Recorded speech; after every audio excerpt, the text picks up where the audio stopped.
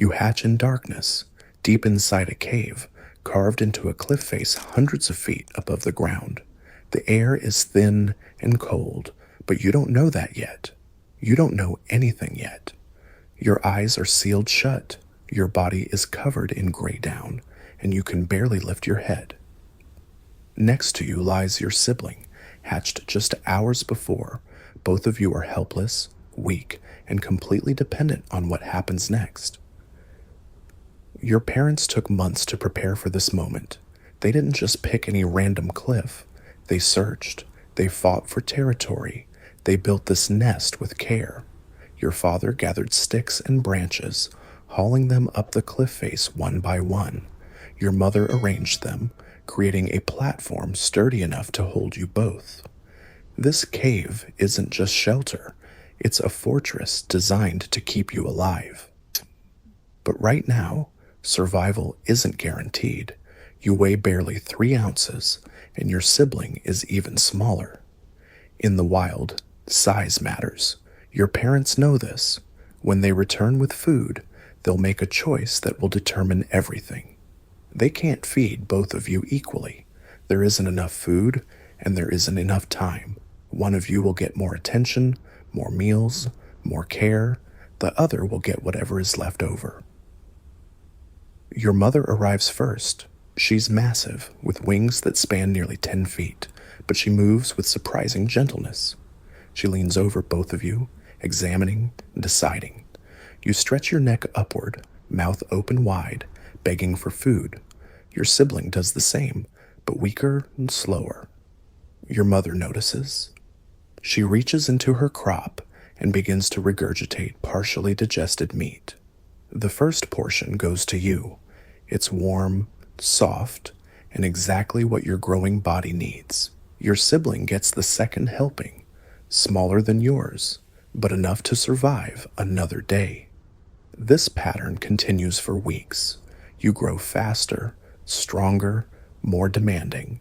Your sibling falls behind. It's not cruelty. It's nature's way of ensuring that at least one of you makes it. It's not so. Resources are limited, and your parents are investing in the offspring most likely to survive. Every day, the gap between you widens. You become more aggressive during feeding time, pushing forward, claiming the best position. Your sibling retreats, accepting whatever scraps remain. Outside the cave, your father patrols the territory. He's not just looking for food. He's defending your family from threats. Other condors occasionally test the boundaries, searching for unguarded nests or easy meals. Ravens and crows circle below, waiting for any opportunity to steal eggs or attack vulnerable chicks. Your father's presence is a constant warning. This territory is taken, this nest is protected, and any intruder will face consequences. But even with protection, the world is dangerous. Weather can turn violent without warning. Storms batter the cliff face, sending rain and wind into the cave. Your down provides some insulation, but you're still vulnerable. Your parents take turns, shielding you from the worst conditions, their massive bodies creating a barrier between you and the elements. During the coldest nights, your mother covers you completely, sharing her body heat to keep you alive. Food arrives irregularly. Your parents can't hunt on a schedule. They soar for hours, sometimes days, searching for carrion. When they find it, they gorge themselves, filling their crops with as much meat as possible before returning to the nest. They can't carry food in their talons like eagles or hawks. Instead, they store it internally and regurgitate it for you later. This system works, but it means feast or famine. Some days you eat well, others you go hungry. As weeks pass, your body changes. Your gray down thickens, providing better insulation. Your eyes open, revealing a world of rock and shadow. Your neck grows stronger, allowing you to hold your head up for longer periods. Most importantly, your appetite increases dramatically. You're no longer satisfied with small portions. You demand more food, more attention, More care, your sibling, now noticeably smaller, struggles to compete. Your parents respond to your demands because you represent their best chance for genetic success. Evolution has programmed them to invest in strength, and you're clearly the stronger chick. They don't make this decision consciously. It's instinct refined over millions of years. In harsh environments where resources are scarce, parents must choose. They choose you. At 2 months old, you've nearly tripled in size. Your sibling hasn't kept pace. The difference is now impossible to ignore. During feeding sessions, you easily push your sibling aside, claiming the prime position. Your parents don't intervene. This is natural selection playing out in real time. The stronger offspring survives. The weaker one fades. It's brutal, but it's also efficient. In a world where most young birds don't reach adulthood, this system ensures that at least one has the best possible chance. Your sibling grows weaker each day. It moves less, eats less, responds less to stimuli. One morning, you wake up and it's completely still. Your parents notice immediately. They don't mourn, they don't linger, they simply remove the body from the nest, carrying it outside and dropping it far from the cave. This might seem cold, but it's practical. Decomposing remains would attract predators and create health hazards. Your sibling's death, while tragic, clears the way for your survival. Now you're alone, and everything changes. Your parents' full attention focuses on you.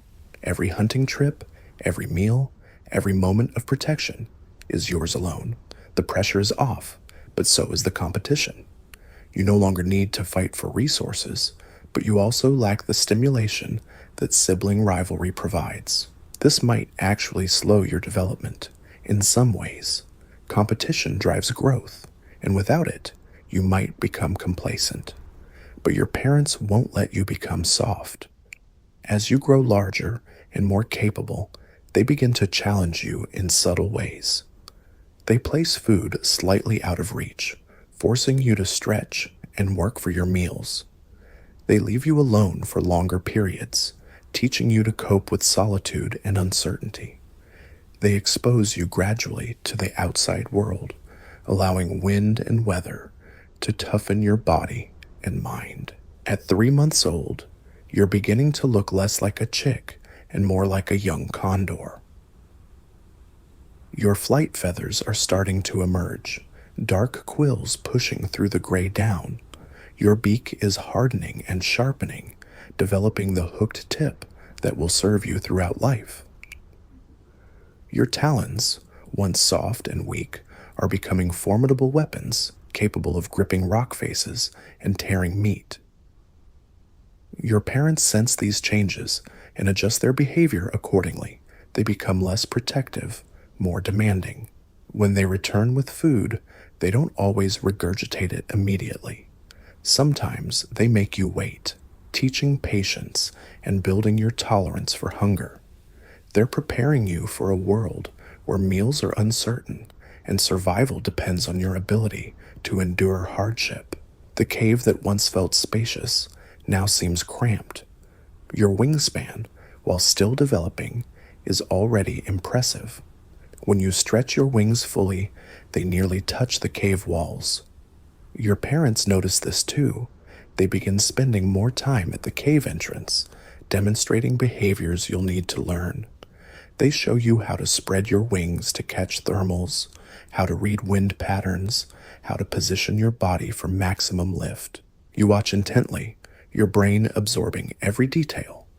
Condors don't learn to fly through trial and error. Like many birds, the stakes are too high. A mistake at this altitude would be fatal. Instead, you learn through observation and gradual practice. Your parents are patient teachers, repeating demonstrations until you understand the principles involved. But understanding and executing are different things.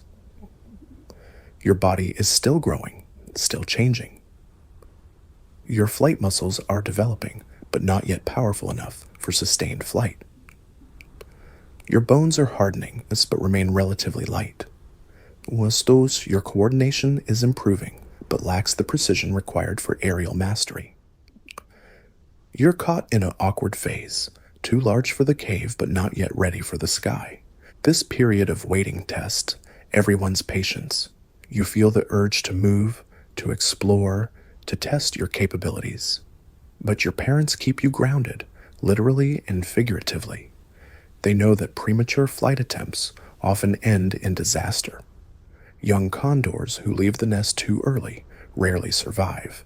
The sky might look inviting, but it's also merciless to the unprepared. Your parents continue their hunting expeditions, but they're more selective now about what they bring back. Instead of soft, pre-digested meat, they occasionally provide tougher pieces that require more effort to consume. Your beak and jaw muscles grow stronger with each challenging meal.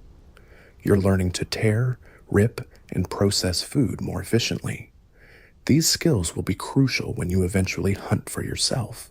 The outside world beckons constantly. Through the cave entrance, you can see vast expanses of sky and land stretching to the horizon. Other birds soar past occasionally, their flight seeming effortless and graceful. You long to join them, to experience the freedom they represent. But your parents remain firm. You're not ready, and rushing the process could prove fatal. At 4 months old, your transformation accelerates. Your adult plumage begins to emerge, replacing the juvenile down. Your flight feathers grow longer and stronger each day.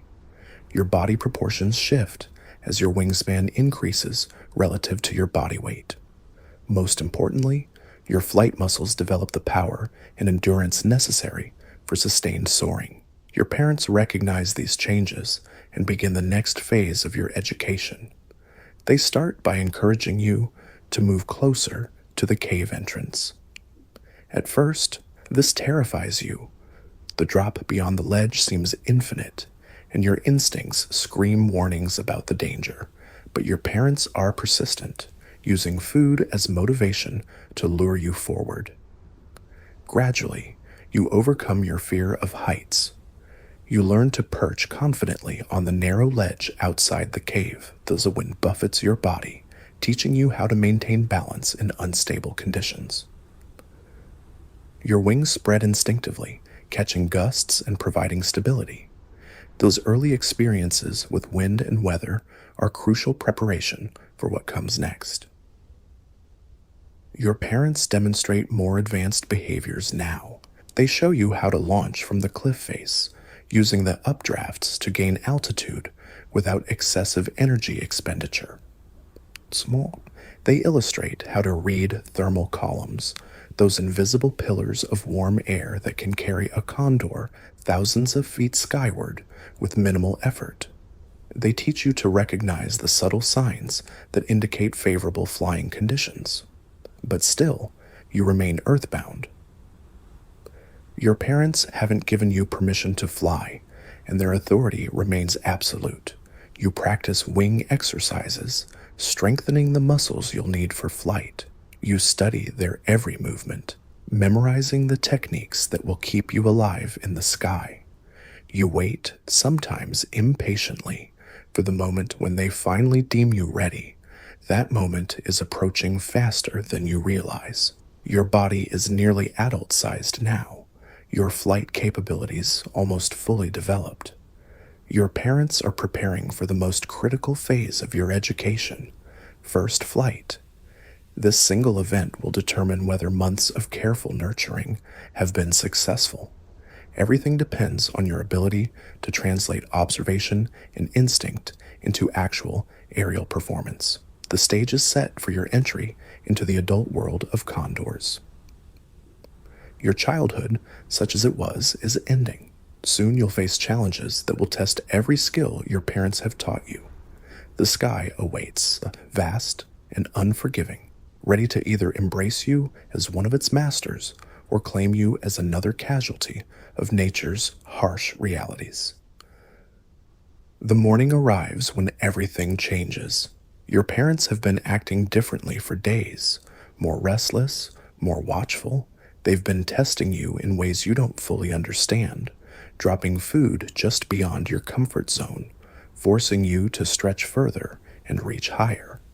Today feels different. The air is still, perfect for flying, and both your parents are present. This never happens during hunting season unless something important is about to occur. Your mother approaches first. Instead of offering food, she moves to the cave entrance and spreads her wings wide. The morning sun catches the dark feathers, creating a silhouette that seems to fill the entire opening. She doesn't look back at you. She simply steps forward and drops into the void. Your heart pounds as you watch her fall, but within seconds, her wings catch the air. She rises, effortlessly gaining altitude, riding invisible currents that carry her higher and higher until she's just a speck against the blue. Your father follows immediately. His launch is more aggressive, more confident.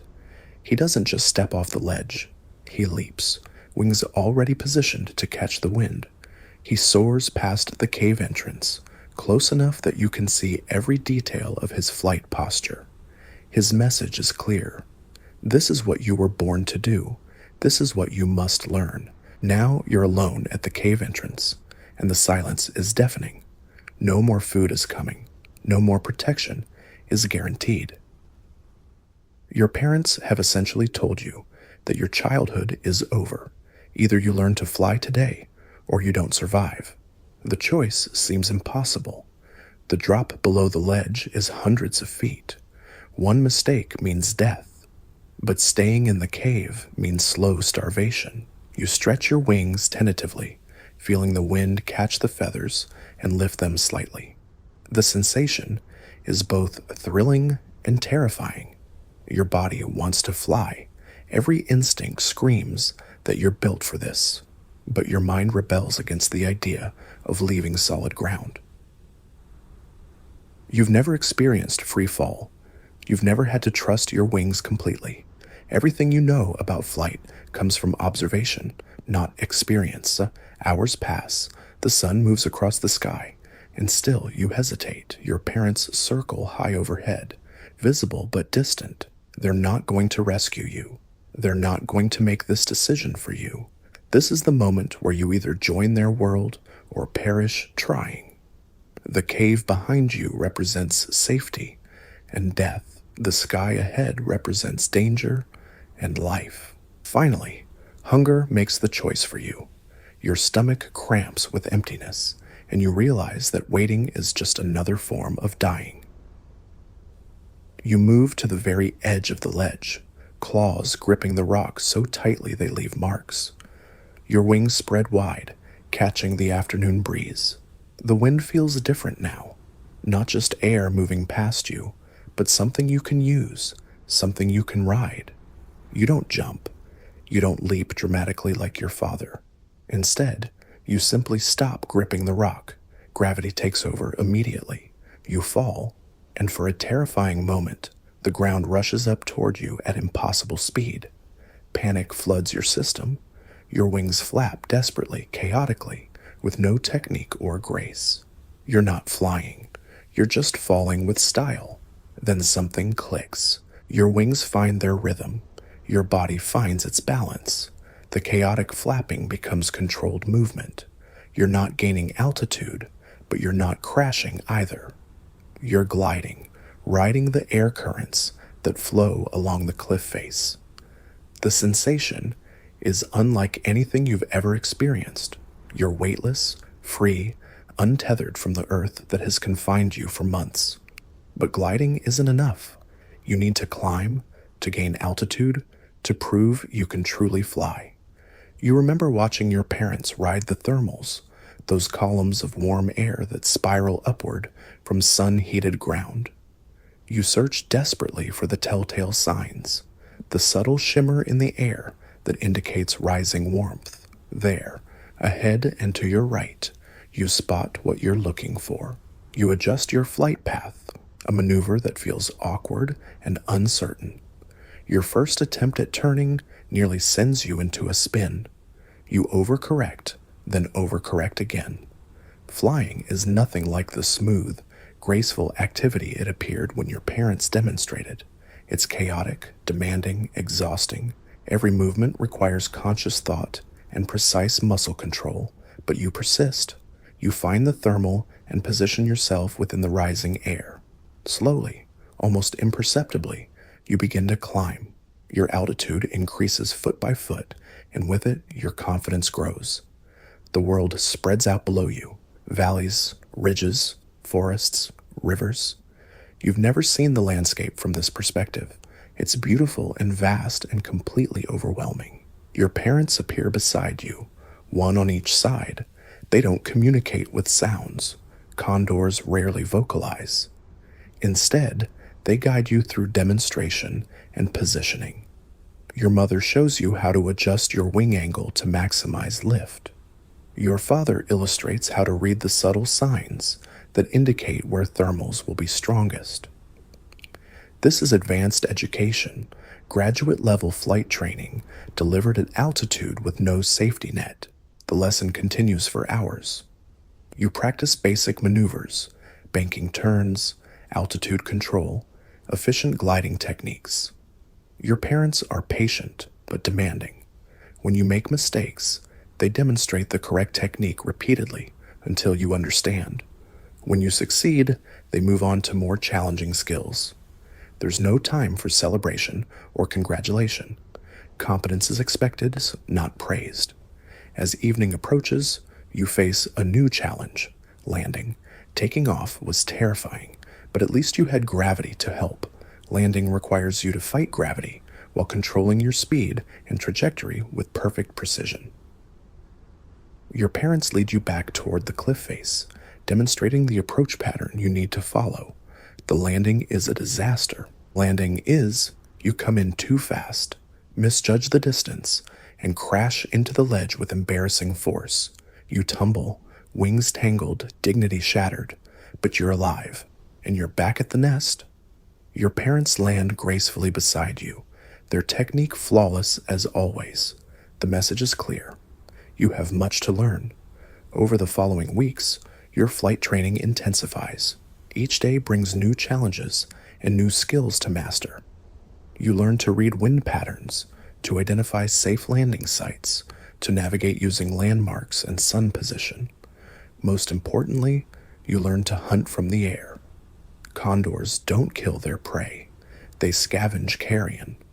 But finding food from thousands of feet in the air requires exceptional vision and pattern recognition.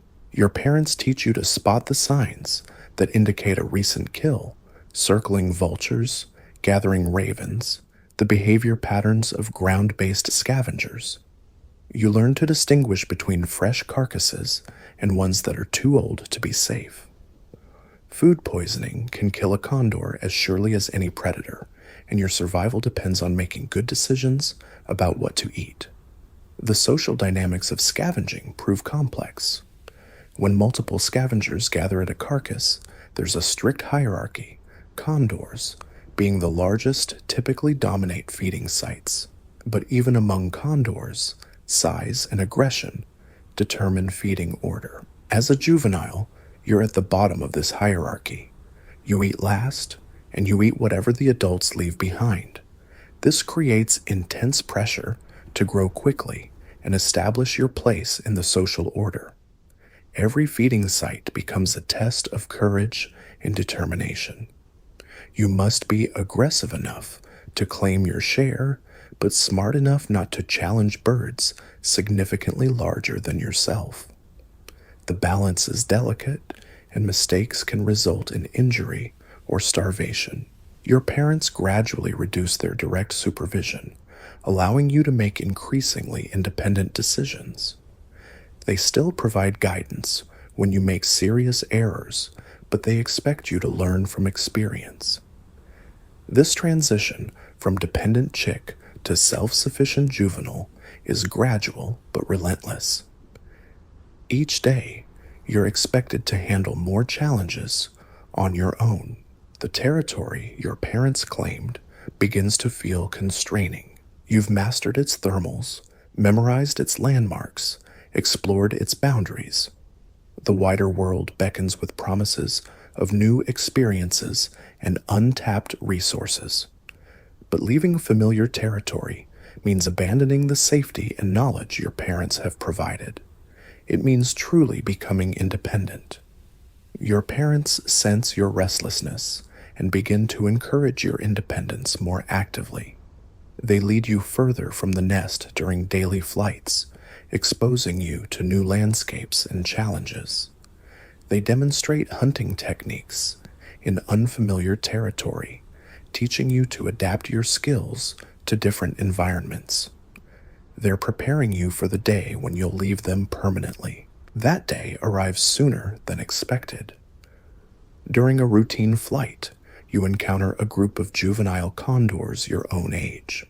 They're exploring, testing boundaries, asserting their independence from their own parents.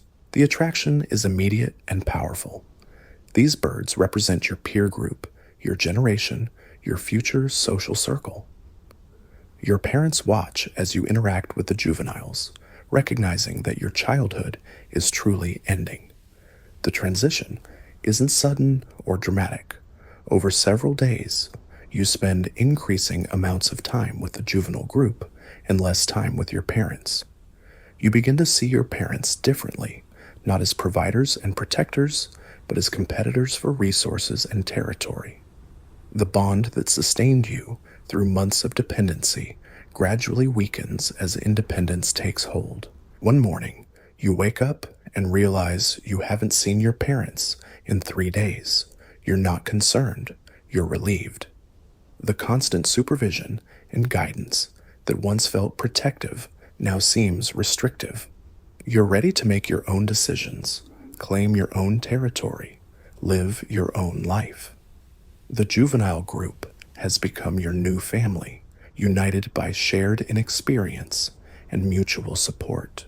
But independence brings new challenges. Without your parents' knowledge and protection, you must learn to identify and avoid dangers they previously handled. Weather becomes more threatening when you can't rely on their judgment about safe flying conditions. Predators seem more numerous and bold when you lack the backup their presence provided. Food becomes scarcer when you can't depend on their proven hunting grounds. The juvenile group provides some support, but it's different from parental protection. Your peers are learning the same lessons you are, making the same mistakes, facing the same uncertainties. You help each other when possible, but everyone's primary concern is personal survival. Friendship exists, but it's conditional and temporary. Your first winter approaches, and with it comes the greatest test of your independence. Food becomes scarce as smaller animals migrate or hibernate. Weather patterns change, making flight more difficult and dangerous. The comfortable routines of summer give way to the harsh realities of seasonal survival. Many juveniles don't make it through their first winter. You're determined not to become another casualty. The juvenile group you've joined operates differently than your family unit. There's no clear leader, no established hierarchy based on experience. Everyone is figuring things out together, and that creates both opportunities and dangers. When someone discovers a fresh carcass, the news spreads quickly through subtle body language and flight patterns. But when someone makes a mistake, there's no experienced adult to intervene before disaster strikes. You learn this lesson the hard way during your first group hunt. A member of your cohort spots what appears to be a deer carcass in a valley below.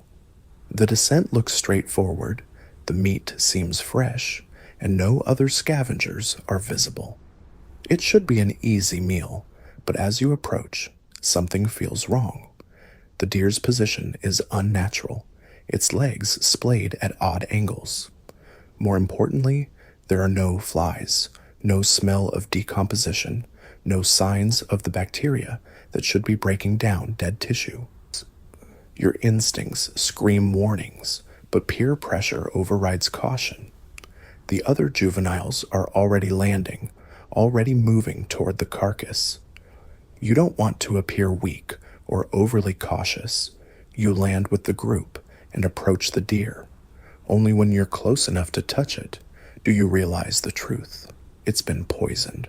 The rancher who owns this land has laced the meat with chemicals designed to kill predators. Your parents would have recognized the signs immediately. Your group has walked into a trap. Panic spreads through the juveniles as the first bird to feed begins showing symptoms: convulsions, disorientation, loss of coordination. You watch in horror as your peer collapses, wings twitching uncontrollably. The others scatter immediately, launching themselves skyward with desperate urgency. You follow, your heart pounding with terror and adrenaline. Behind you, your groupmate dies alone in the grass, another victim of the ongoing war between condors and humans. The incident shatters your confidence and splits the group. Some juveniles become overly cautious, refusing to land anywhere near human activity. Others become reckless, convinced that if death is random and unpredictable, caution is pointless. You fall somewhere in between, learning to read the subtle signs that distinguish safe feeding opportunities from dangerous ones. It's a skill that will serve you for the rest of your life, assuming you live long enough to use it. Winter arrives with unusual severity. The mountains that define your territory become shrouded in clouds and snow. Flying becomes treacherous as wind patterns shift unpredictably and visibility drops to near zero. Food sources disappear as smaller animals retreat to sheltered locations or migrate to warmer regions. The abundant carrion of summer becomes a distant memory. You and the remaining juveniles are forced to expand your search patterns, venturing into unfamiliar territory where you compete with established adult condors for increasingly scarce resources. These encounters rarely go well. Adult condors have size, experience, and territorial advantages. They dominate feeding sites through intimidation and aggression, leaving juveniles to scavenge whatever scraps remain. On one particularly harsh December morning, you haven't eaten in 4 days. Your body weight has dropped significantly, and your flight endurance is compromised. Desperation drives you to take risks you would normally avoid. You spot a group of adults feeding on what appears to be a large elk carcass. The feeding frenzy is intense, with multiple birds competing aggressively for position. Normally, you would wait your turn, hoping for leftovers. Today, hunger overrides wisdom. You dive into the melee, trying to claim a position at the carcass. The response is immediate and brutal. The dominant male strikes you with his wing, sending you tumbling across the frozen ground. Before you can recover, a female joins the attack, her beak targeting your head and neck. You're outmatched and overwhelmed. Your only option is retreat, but even that proves difficult. Your weakened condition makes takeoff slow and laborious. The adults could easily pursue and finish you, but they're more interested in returning to their meal. You struggle into the air, bloodied and humiliated. Your left wing aches where the male struck you, and several flight feathers are damaged.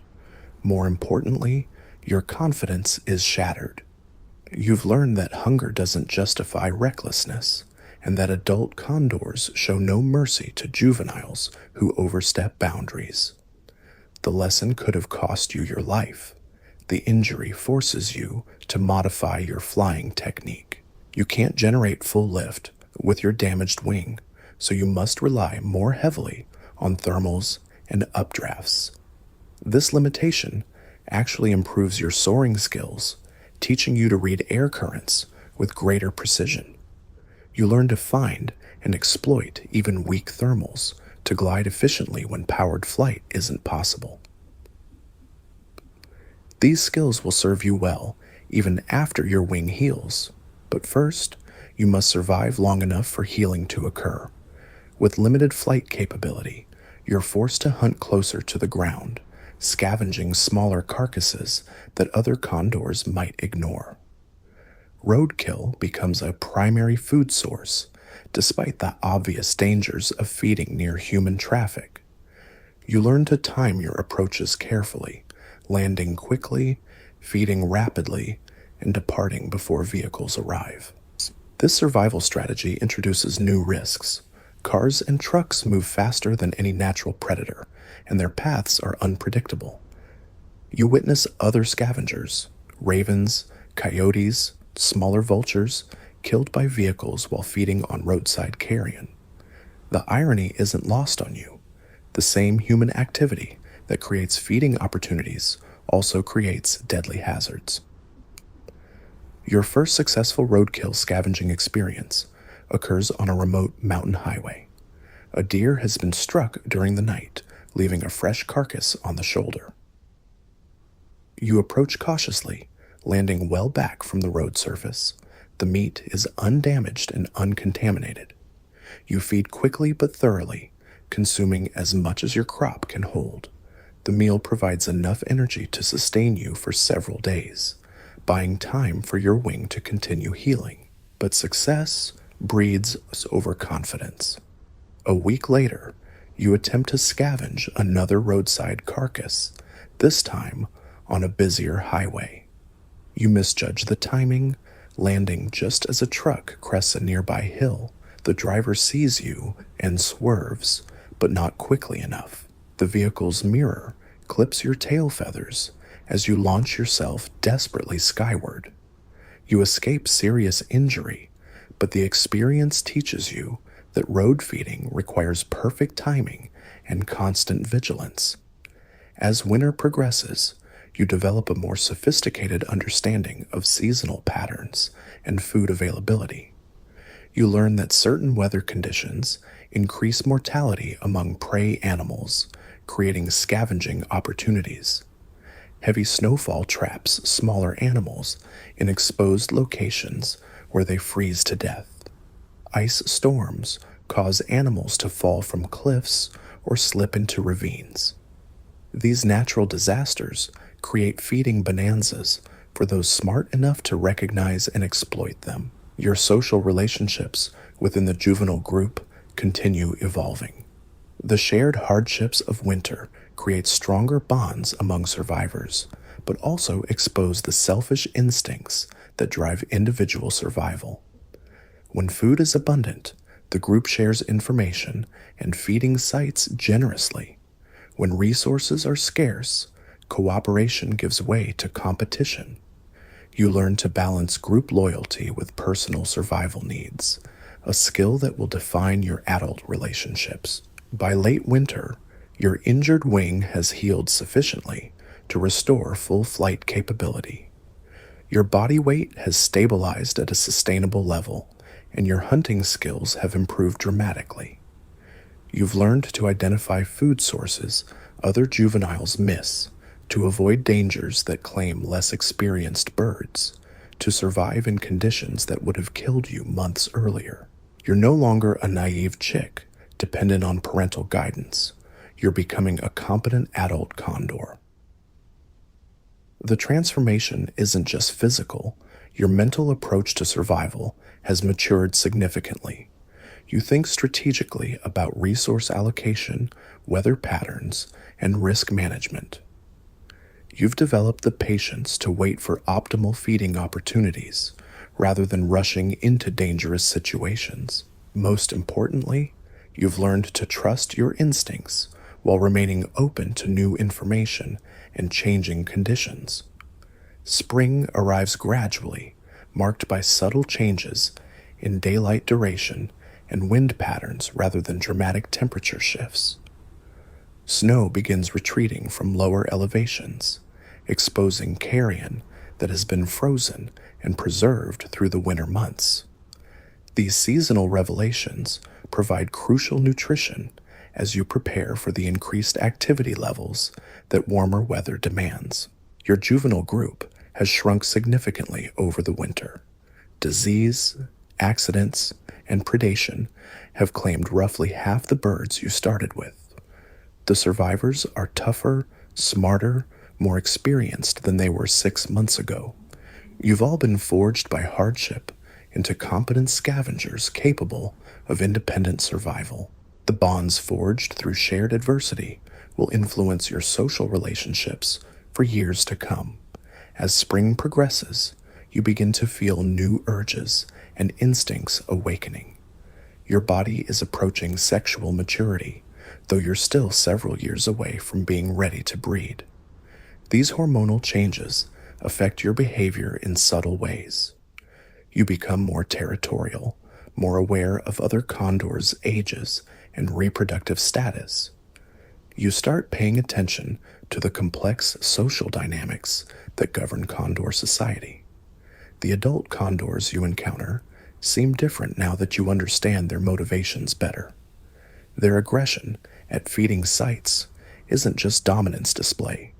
It's resource protection driven by the need to feed mates and offspring. Their territorial behavior isn't arbitrary. It's strategic positioning to control access to reliable food sources. Their social hierarchies aren't random. They're based on experience, size, breeding success, and demonstrated survival skills. You begin to see your own future reflected in these adult behaviors. Someday, you'll need to establish territory, find a mate, and raise offspring of your own. The survival skills you're learning now are just the foundation for more complex challenges ahead. But for now, you're focused on the immediate goal of reaching adulthood. Many condors don't make it this far. Every day you survive increases your chances of eventually joining the breeding population.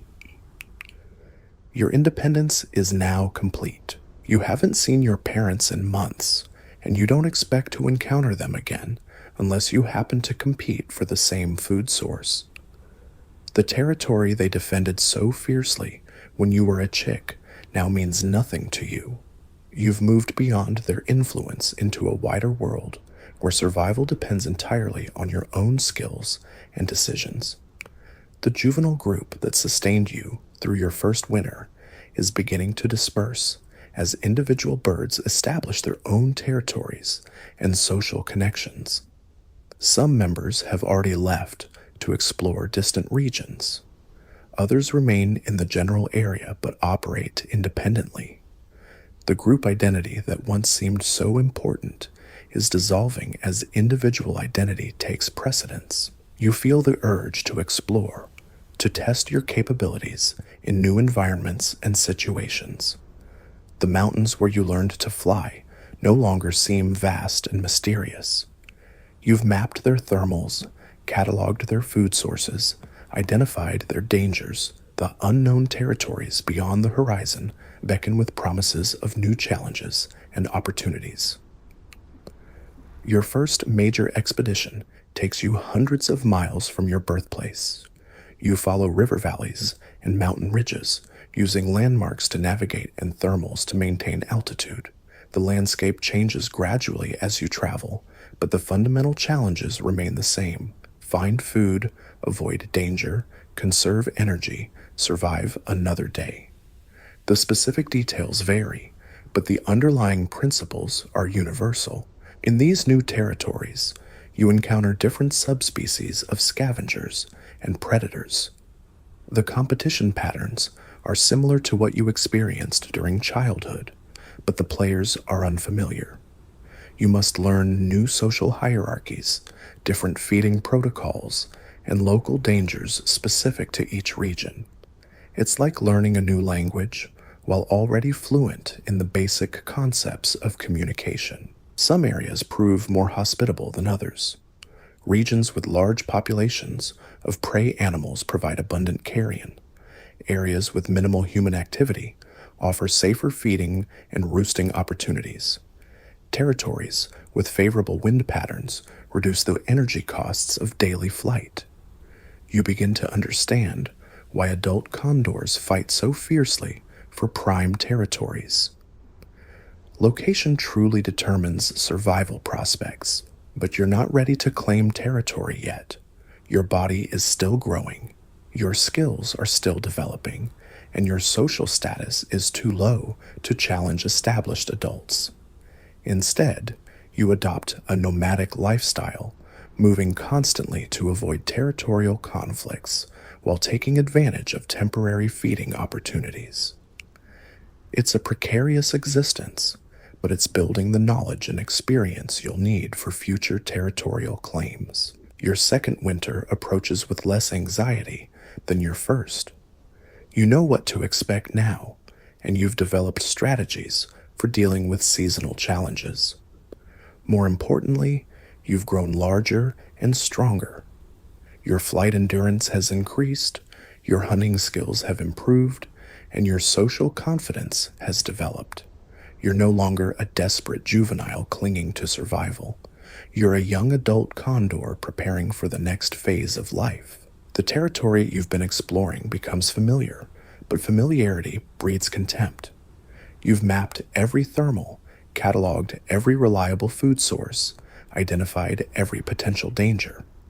The predictability that once provided comfort now feels restrictive. You're 2 years old now, no longer a juvenile but not yet a fully mature adult. Your body has reached its adult size, but your mind still craves novelty and challenge. Other young condors share this restlessness. You encounter them frequently during your wanderings, and temporary alliances form naturally. These aren't the dependent relationships of your juvenile group. These are partnerships between equals, based on mutual benefit rather than shared vulnerability. When someone discovers a large carcass, word spreads through subtle flight signals. When danger appears, warnings pass quickly through the network. But when resources are scarce, cooperation dissolves into competition. You learn to read these social dynamics with increasing sophistication. A slight change in wing position indicates submission or dominance. The timing of approach to a feeding site communicates social status. Even roosting positions convey information about hierarchy and relationships. Condor society operates on multiple levels of communication, most of it non-vocal. You're becoming fluent in this complex language of gesture and positioning. Your reputation begins to precede you. Other condors recognize your flight style, remember your behavior at previous encounters. Some see you as competition to be watched carefully. Others view you as a potential ally worth cultivating. A few older birds seem to actively avoid you, perhaps recognizing a future territorial threat. These relationships will shape your access to resources and breeding opportunities for years to come. But breeding is still distant. Condors don't reach sexual maturity until they're 5 or 6 years old, and even then, successful reproduction requires extensive preparation. You've observed adult pairs during mating season, noting their elaborate courtship displays and territorial behaviors. The males spread their wings dramatically, puff their neck pouches, and perform intricate aerial dances. The females assess these performances critically, choosing partners based on criteria you don't yet fully understand. The adult's dedication to their offspring seems almost obsessive.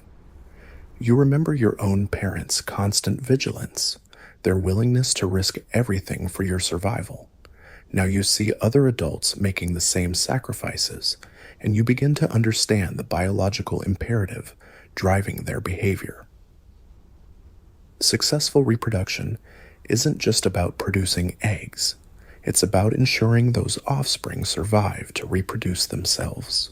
The investment is enormous, the risks are substantial, and the failure rate is high. You're still years away from facing these challenges, but you're already learning the skills you'll need. Territory selection requires understanding of food sources, weather patterns, and predator behavior. Mate selection involves assessing genetic fitness, survival skills, and compatibility. Chick rearing demands patience, vigilance, and the ability to provide consistent resources over many months. Every experience you have now is preparation for future reproductive success. The social learning never stops. You watch how successful adults interact with each other, how they resolve conflicts, how they form alliances. You observe their hunting strategies, their feeding protocols, their risk assessment techniques. Most importantly, you study their territorial behaviors. Where do they establish boundaries? How do they defend them? What makes one territory more valuable than another? These lessons will determine your future survival and reproductive success. Your third year brings new challenges and opportunities. Your body has reached full adult proportions, your flight skills have peaked, and your social confidence has solidified. You're no longer intimidated by older birds, though you still respect their experience and territorial claims. More importantly, you've developed your own some hunting specializations and territorial preferences. The nomadic phase of your life is ending as you begin to consider where you might want to establish permanent residence. The process of territory selection is more complex than you initially realized. It's not just about food availability, though that's obviously crucial. Weather patterns affect flying conditions and energy expenditure. Topography influences thermal generation and roosting opportunities. Human activity creates both resources and dangers. Competition from other scavengers affects feeding success. The ideal territory balances all these factors while remaining defensible against challengers.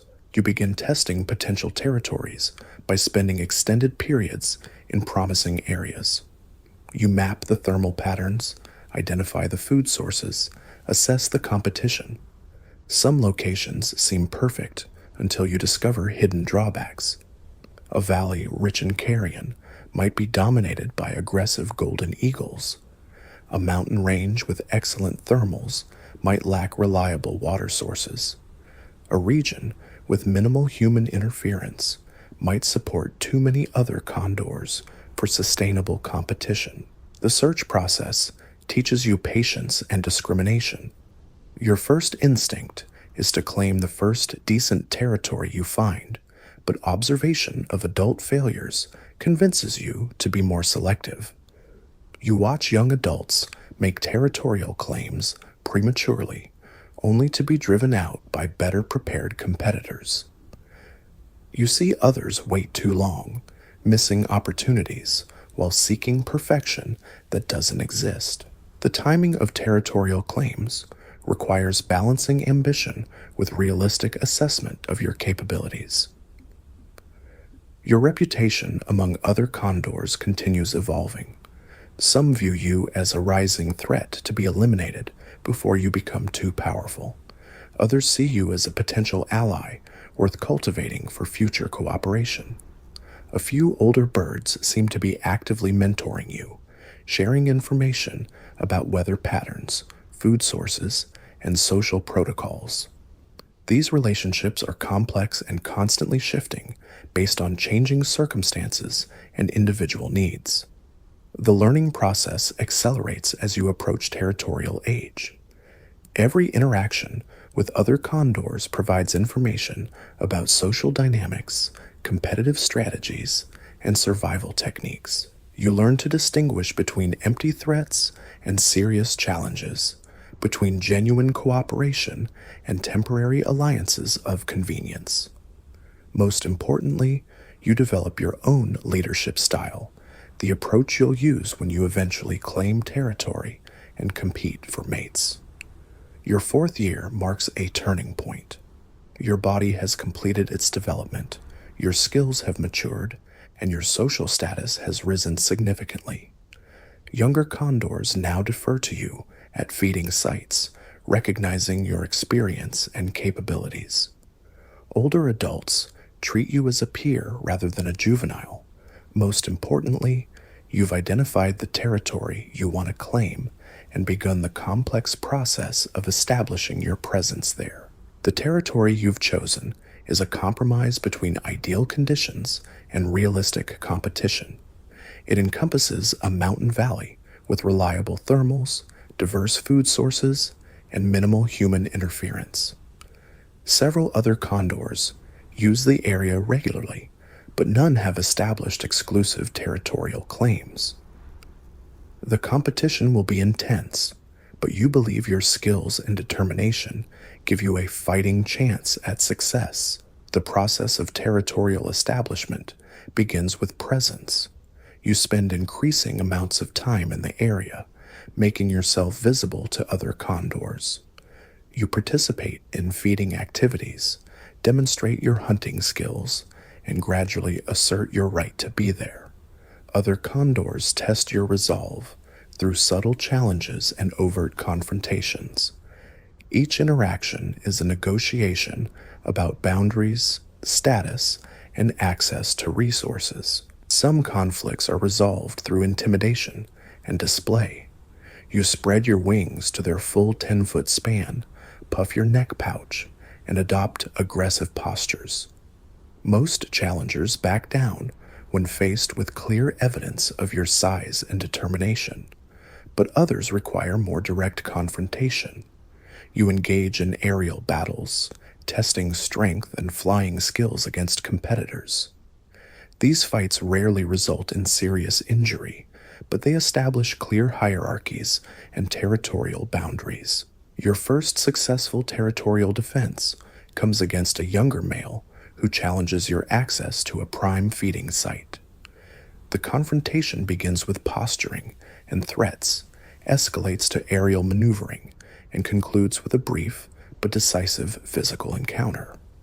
You emerge victorious, and word of your success spreads through the local condor community. Other potential challengers reassess their strategies, recognizing that you're not an easy target. But territorial defense is only part of the challenge. You must also demonstrate your ability to utilize the territory effectively. Other condors watch your hunting success, your energy management, your weather navigation. They're assessing whether you're a legitimate territorial holder or just a temporary occupant who will eventually be displaced by more capable competitors. Every day is a test of your right to remain. The territory you've claimed provides adequate resources, but success requires constant vigilance and effort. You must monitor weather patterns to identify optimal flying conditions. You need to track the movements of prey animals to anticipate carrion availability. You have to maintain awareness of competing scavengers and their feeding patterns. Most importantly, you must balance resource utilization with territorial defense, ensuring that your presence doesn't deplete the very resources that make the territory valuable. Your daily routine becomes more structured as territorial responsibilities increase. Morning flights focus on territorial patrols and threat assessment. Midday activities center on hunting and feeding when thermals are strongest. Afternoon hours are spent on social interactions and territorial negotiations. Evening brings roosting site selection and preparation for the next day's challenges. The nomadic freedom of your younger years has been replaced by the structured responsibilities of territorial ownership.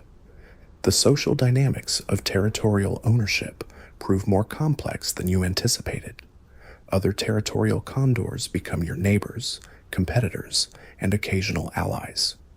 Territorial boundaries are fluid and contextual, shifting based on resource availability and competitive pressure. What matters in times of abundance may be fiercely contested during scarcity. Relationships that seem stable can dissolve rapidly when circumstances change. Navigating these social complexities requires constant attention and strategic thinking. Your 5th year brings the first stirrings of reproductive interest. Your body begins producing hormones that drive mating behaviors, though you're still not ready for the full commitment of breeding. You find yourself paying more attention to female condors, assessing their size, condition, and social status. You begin practicing courtship displays, though your efforts are clumsy and often ignored by potential mates. The biological imperative to reproduce is awakening, but your skills and resources aren't yet adequate for successful breeding. The gap between desire and capability creates frustration and drives you to improve your territorial position. You expand your boundaries where possible, challenge weaker neighbors for better resources, and refine your hunting techniques to increase feeding success. Every improvement in your territorial status increases your attractiveness to potential mates.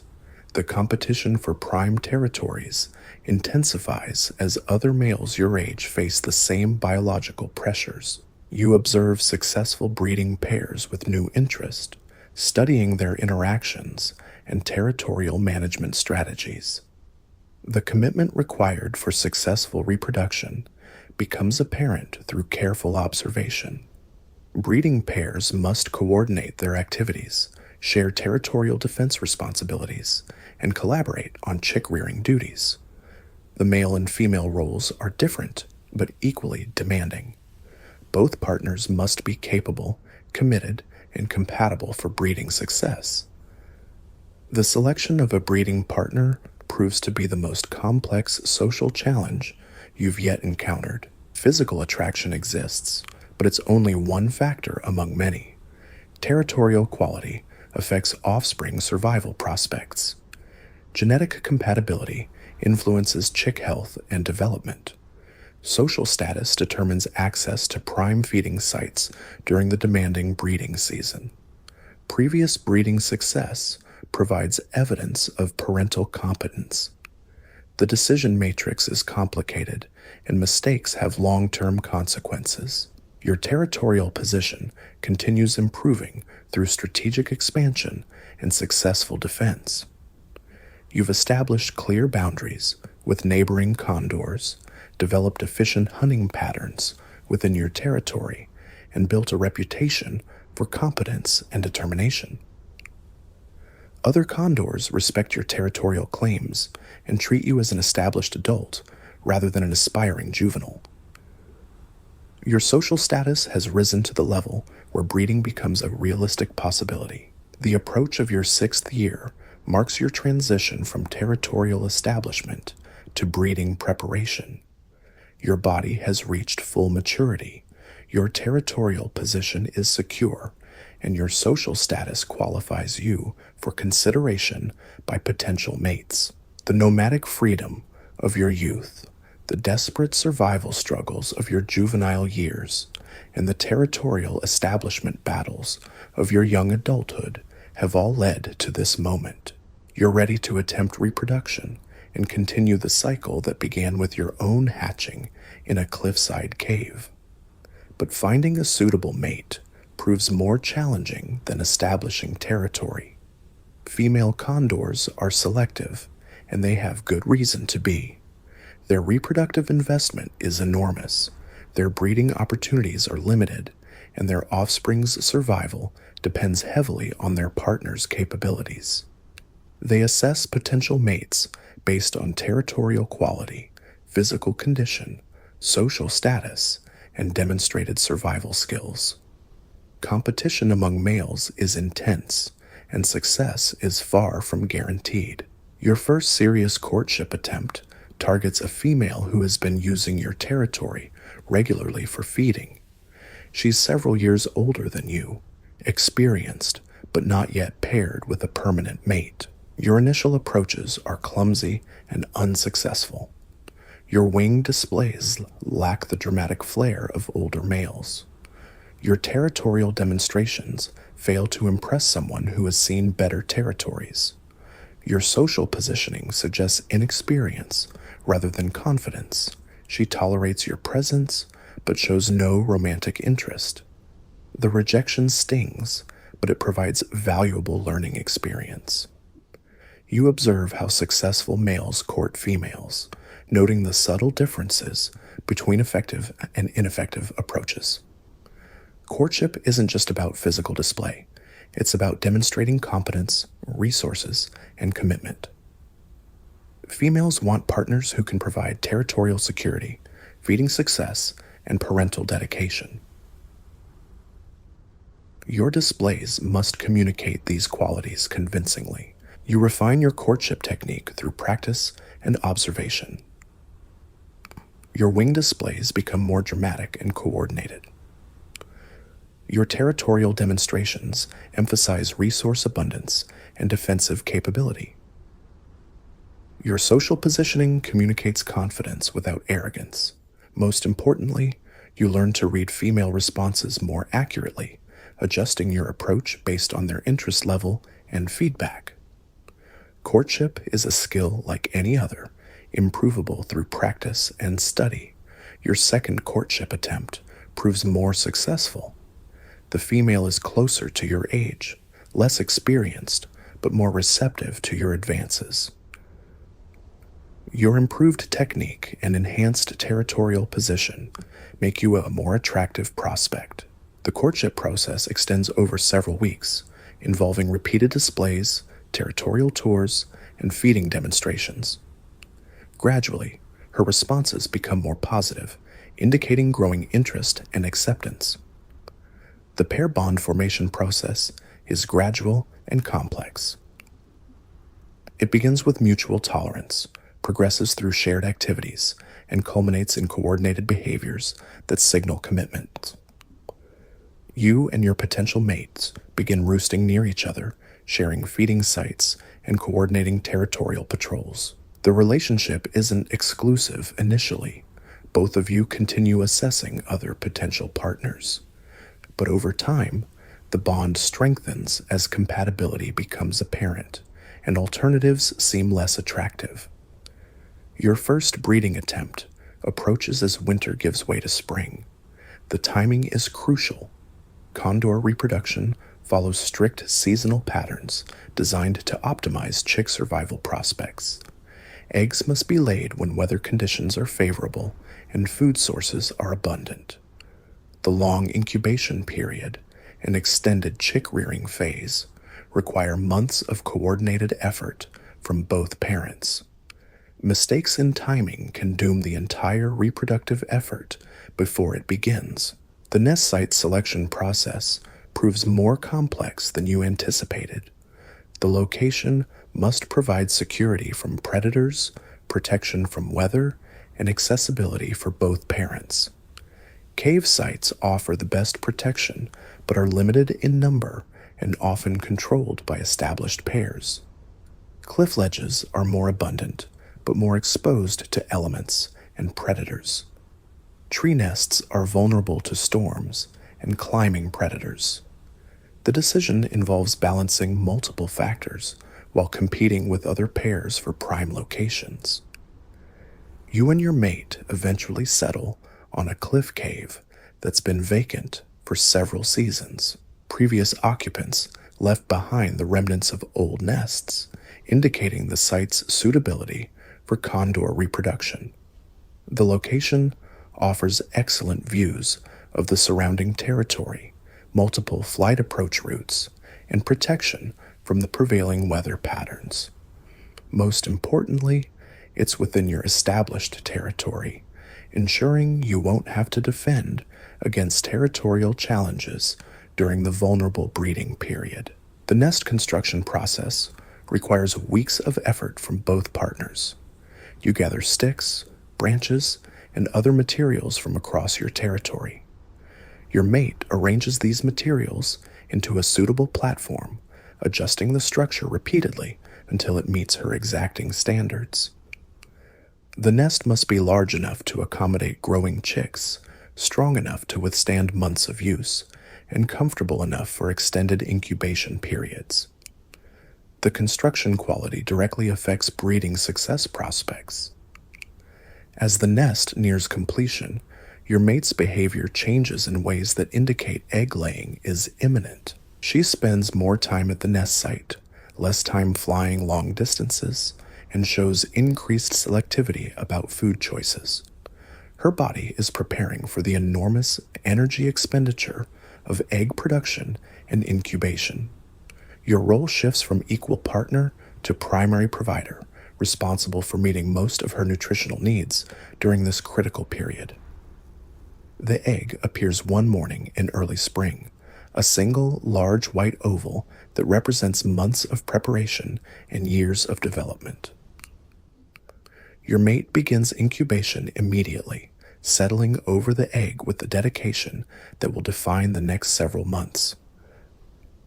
Your responsibilities expand dramatically as you become the sole provider for both your mate and the developing embryo. Every hunting trip must be successful. Every feeding must provide optimal nutrition. The pressure is intense, but so is the satisfaction of finally achieving breeding status. The incubation period stretches for nearly 2 months, testing both your endurance and your mate's patience. She leaves the nest only for brief feeding sessions, relying on you to provide the majority of her nutritional needs. You patrol the territory constantly, defending against intruders and searching for food sources. The cave that once seemed spacious now feels confining, as your mate spends day after day maintaining the perfect temperature and humidity for embryonic development. Weather becomes your constant enemy during incubation. Storms can chill the egg if your mate is forced to leave for extended periods. Extreme heat can overheat the developing embryo if adequate ventilation isn't maintained. Wind can make flying dangerous, limiting your ability to hunt effectively. Rain can flood the nest site if drainage isn't adequate. Every weather pattern must be monitored and managed to ensure optimal incubation conditions. The social dynamics of your territory change dramatically during breeding season. Other condors recognize your breeding status and adjust their behavior accordingly. Some show increased respect for your territorial boundaries, acknowledging the importance of successful reproduction for the species' survival. Others view your distraction as an opportunity for territorial expansion or resource theft. You must balance the demands of nest defense with the requirements of food provision, a challenge that tests your energy management skills to their limits. Your mate's dedication to incubation is absolute and inspiring. She maintains her position over the egg through storms, heat waves, and predator threats. Her only breaks come during your brief returns to the nest when she can stretch, feed, and assess the surrounding territory. The physical demands of constant incubation are enormous, requiring metabolic adjustments and behavioral modifications that affect every aspect of her existence. Her commitment provides a model for the parental dedication you'll soon need to demonstrate yourself. The embryo develops slowly within the shell, following genetic programs refined over millions of years of evolution. Cell division creates tissues, tissues form organs, organs develop into functional systems. The process is invisible from outside the egg, but your mate can sense the changes occurring within. She adjusts her incubation behavior based on subtle cues about the embryo's developmental progress, demonstrating instinctive knowledge that science is only beginning to understand. As hatching approaches, your mate's behavior becomes more intense and focused. She can hear movement within the shell, feel the chick's struggles to break free. The hatching process itself takes several days, requiring enormous energy expenditure from the chick and constant support from both parents. Your role shifts from food provider to active participant in the hatching process, helping to maintain optimal conditions and providing encouragement through your presence. The moment of hatching arrives without fanfare or drama. One morning, the shell that has dominated your lives for 2 months finally cracks, revealing a tiny, helpless creature that represents the culmination of years of preparation. Your offspring is small, weak, and completely dependent on your care, but it's alive, healthy, and carrying genetic material from both you and your mate into the next generation. The cycle that began with your own hatching in a similar cave continues with this new life. Your transformation from territorial adult to dedicated parent happens instantly and completely. The chick's needs become your primary focus, overriding all other considerations. Food, protection, warmth, guidance. Everything the chick requires becomes your responsibility. The freedom and independence you've enjoyed for years disappears, replaced by the demanding but rewarding role of parenthood. Your own survival remains important, but only as it serves the greater goal of ensuring your offspring's success. The early days of chick rearing are exhausting and terrifying. Your offspring is so small and fragile that every moment seems to bring new dangers. Weather threatens constantly, predators probe for weaknesses, competitors seek to exploit your distraction. You and your mate work in shifts, one always present at the nest, while the other hunts or patrols. Sleep becomes a luxury, food becomes secondary to the chick's needs, and your entire world contracts to the dimensions of the nest cave and the immediate territory surrounding it. But gradually, your confidence grows as your chick demonstrates its resilience and your parental skills develop. You learn to read its needs, to provide appropriate food, to recognize the signs of illness or distress. Your mate proves to be an excellent co-parent, sharing responsibilities and providing guidance based on instincts you're only beginning to understand. Together, you create the supportive environment your offspring needs to survive its vulnerable early weeks. The chick grows with startling rapidity, transforming from a helpless hatchling into a demanding juvenile within weeks. Its appetite increases exponentially, requiring longer hunting trips and more successful food acquisition. Its movements become more coordinated, its vocalizations more complex, its awareness of the surrounding world more acute. Every day brings new developments and new challenges as your offspring progresses toward independence. Your own relationship with your mate deepens and strengthens through the shared challenges of parenthood. The courtship displays and territorial negotiations of your pre-breeding period seem trivial compared to the life and death decisions you now make together daily. You've become true partners, united by common purpose and mutual dependence. The bond forged through successful reproduction will influence your relationship for years to come, regardless of whether you remain together for future breeding attempts. The territory you've defended so carefully proves its value during the demanding breeding season.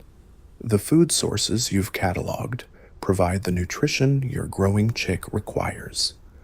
The thermal patterns you've mapped enable efficient hunting trips that minimize time away from the nest. The territorial boundaries you've established protect your family from competitors and predators. Every aspect of your pre-breeding preparation contributes to your current success as a parent. As your chick approaches its first attempts at flight, you begin to understand the full magnitude of the parental investment you and your mate have made. Months of constant vigilance, thousands of hunting trips, countless hours of brooding and protection, all focused on this single offspring that will soon leave the nest to face the same challenges that have defined your own life. The investment is enormous, the risks are substantial, but the potential rewards justify every sacrifice you've made. The first flight attempt arrives on a morning when conditions seem perfect. Clear skies, steady winds, optimal thermals rising from the sun-warmed valley below. Your chick has been testing its wings for days, flapping awkwardly at the cave entrance, building strength and coordination. You and your mate have demonstrated flight techniques repeatedly, hoping your offspring will absorb the lessons through observation. But now comes the moment of truth. Your chick approaches the cave entrance with obvious trepidation. The drop is hundreds of feet, and one mistake means death. You position yourself nearby, ready to provide guidance or assistance if needed. Your mate hovers at a distance, her presence offering encouragement without creating pressure. The decision must be your chick's alone. No amount of parental support can substitute for individual courage and determination. Minutes pass as your offspring wrestles with conflicting instincts. Fear screams warnings about the danger of leaving solid ground, but hunger and curiosity pull toward the freedom that flight represents. The internal battle is visible in every movement, every hesitation, every tentative wing flap. Finally, necessity makes the choice. Your chick hasn't eaten in hours, and food only comes to those brave enough to hunt for it. The launch is clumsy and terrifying. Your chick doesn't leap gracefully into the void. It simply stops gripping the ledge and allows gravity to take control. The initial fall is steep and chaotic, with wings flapping frantically but ineffectively. You resist the urge to intervene, knowing that premature assistance could interfere with the learning process. Your offspring must develop its own flight skills through experience, not parental rescue. But gradually, instinct and anatomy align. The frantic wing beating becomes more coordinated, generating actual lift instead of just noise. The steep dive levels into controlled gliding. Your chick isn't soaring gracefully like an experienced adult, but it's no longer falling toward certain death. The transformation from terrestrial creature to aerial predator has begun, awkward and uncertain, but unmistakably real. You follow at a discreet distance, ready to provide guidance without overwhelming your offspring's first independent experience. Your mate joins the formation, creating a protective triangle around your chick as it explores its newfound capabilities. The family flight isn't graceful or efficient, but it represents a milestone that justifies months of parental investment.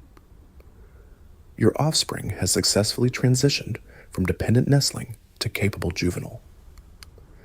The landing proves more challenging than the takeoff. Your chick approaches a suitable perch with excessive speed and inadequate control.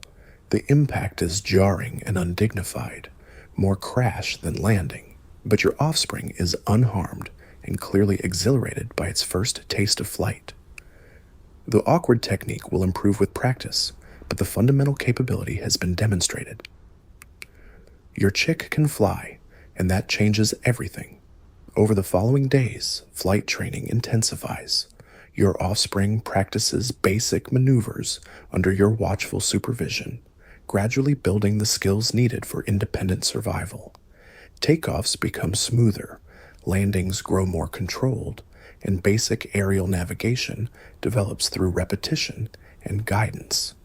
But flight is just one component of the complex skill set required for condor survival. Hunting instruction begins immediately after flight competence is established. You lead your chick on increasingly distant foraging expeditions, demonstrating the techniques needed to locate and acquire carrion. Visual scanning patterns, scent detection, competitive dynamics at feeding sites. Every aspect of successful scavenging must be learned through observation and practice. Your offspring shows natural aptitude for some skills while struggling with others. The first successful independent kill comes after weeks of failed attempts and near misses. Your chick spots a small carcass before you do, approaches with appropriate caution, and feeds successfully without assistance. The meal is small and the technique is imperfect, but the achievement represents genuine progress towards self-sufficiency. You feel a mixture of pride and melancholy, recognizing that successful independence will eventually make your parental role obsolete. Social dynamics prove more challenging than hunting skills. Your offspring must learn to read the complex hierarchies and territorial boundaries that govern condor society. Mistakes in social navigation can result in aggressive confrontations that young birds are ill equipped to handle. You provide guidance where possible, but some lessons can only be learned through direct experience with its inevitable mistakes and consequences. The transition from dependent chick to independent juvenile happens gradually over several months. Your offspring requires less direct supervision, demonstrates increasing competence in essential survival skills, and begins asserting its own preferences and decisions. Thus, the parent-child relationship evolves from protection and provision to guidance and support. Your role becomes advisory rather than directive, but independence brings new anxieties. Your offspring faces dangers you can't control or prevent. Weather, predators, competitors, human interference. All the threats that have shaped your own survival now target your chick with the same relentless persistence. You want to provide protection indefinitely, but you know that overprotection prevents the development of crucial survival skills. The first serious injury occurs during an aggressive encounter at a feeding site. Your offspring challenges an older juvenile for access to carrion and pays the price for inexperience and overconfidence. The injuries aren't life-threatening, but they're painful and temporarily debilitating. You resist the urge to intervene, recognizing that learning to assess and manage risk is an essential survival skill. Your chick's recovery from injury demonstrates resilience and adaptability.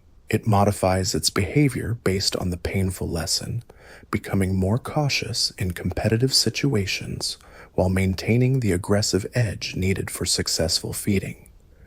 The balance between confidence and caution is delicate, and your offspring is learning to calibrate its responses based on experience rather than instinct alone. The approach of your chick's first winter creates new concerns about survival prospects. Juvenile mortality rates are highest during the harsh months when food is scarce and weather conditions are most challenging.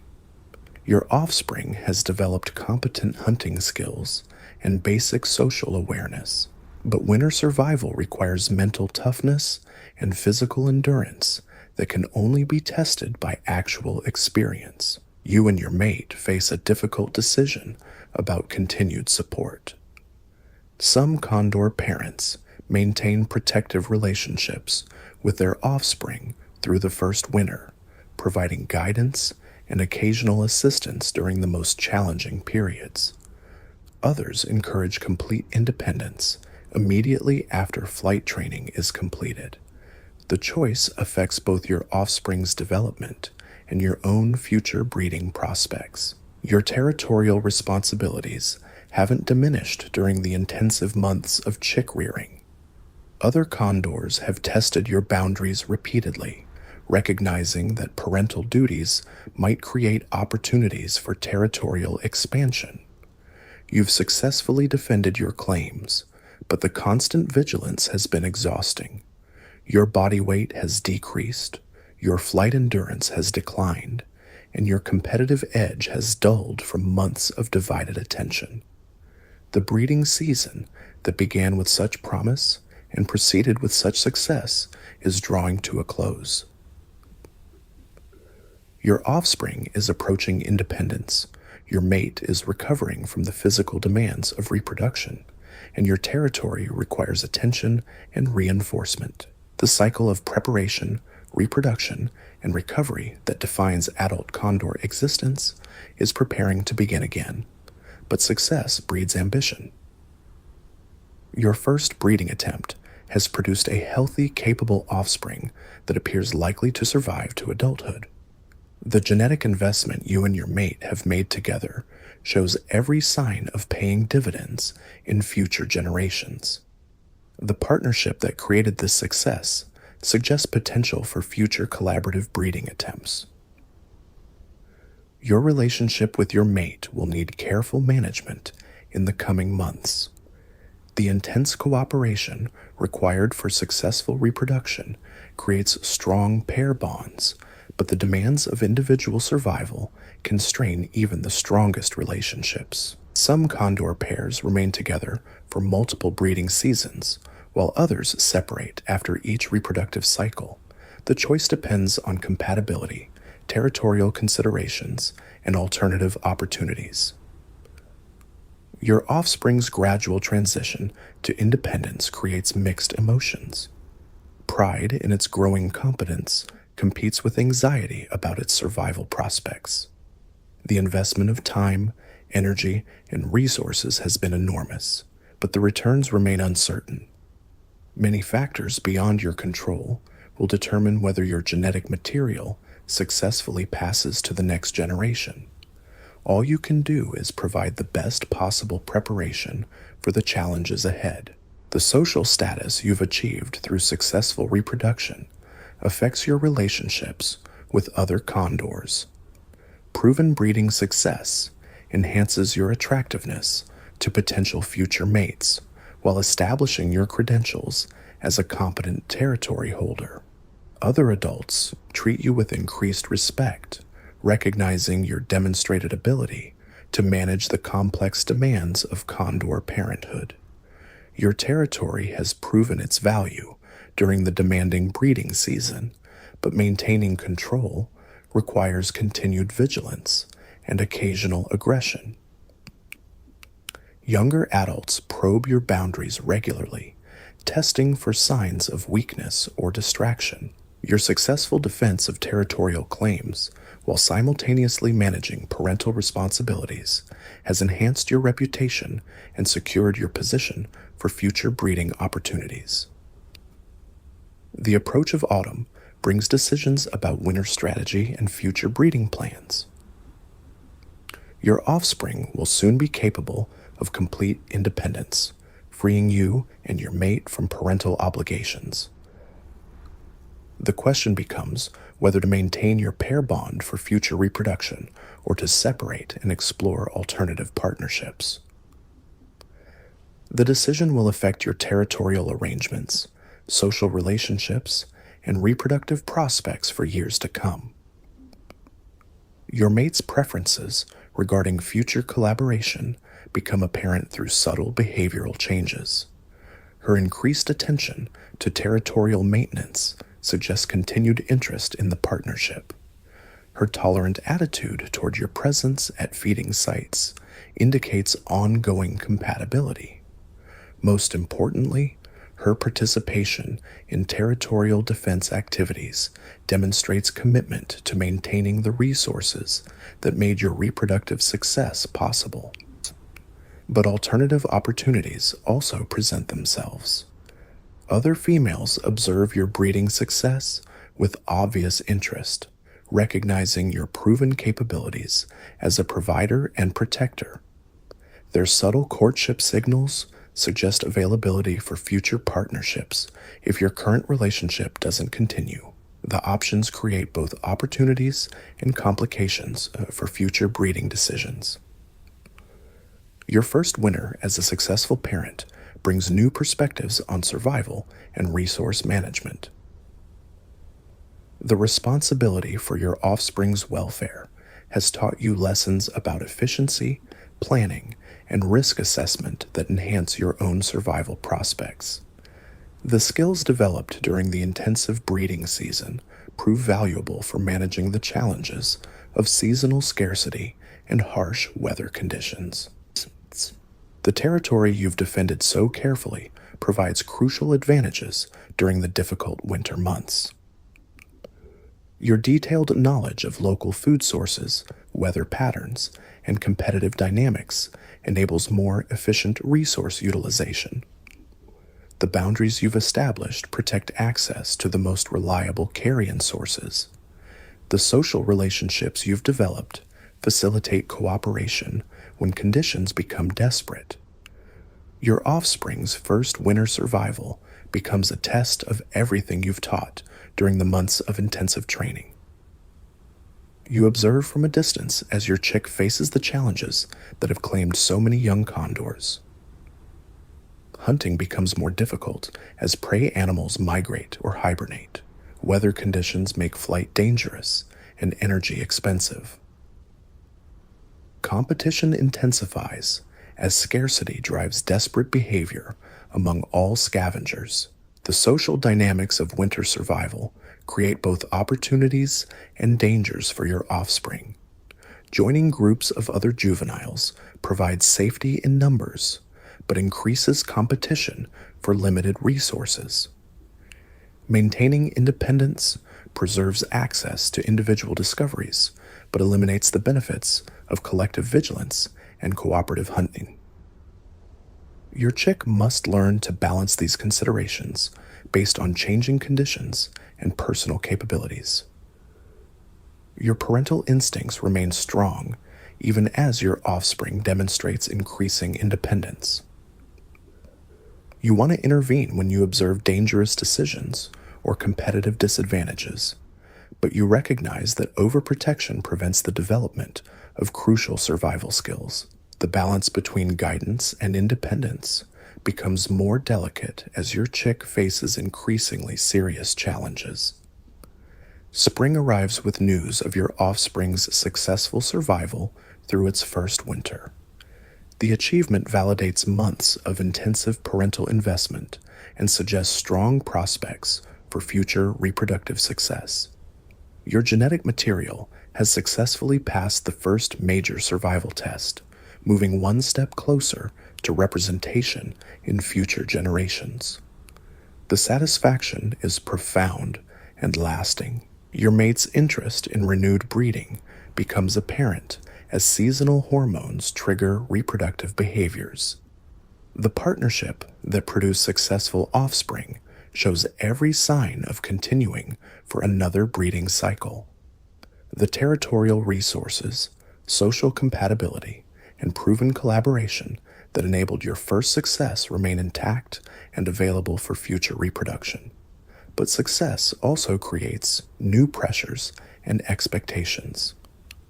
Other condors have observed your breeding achievements and adjusted their competitive strategies accordingly.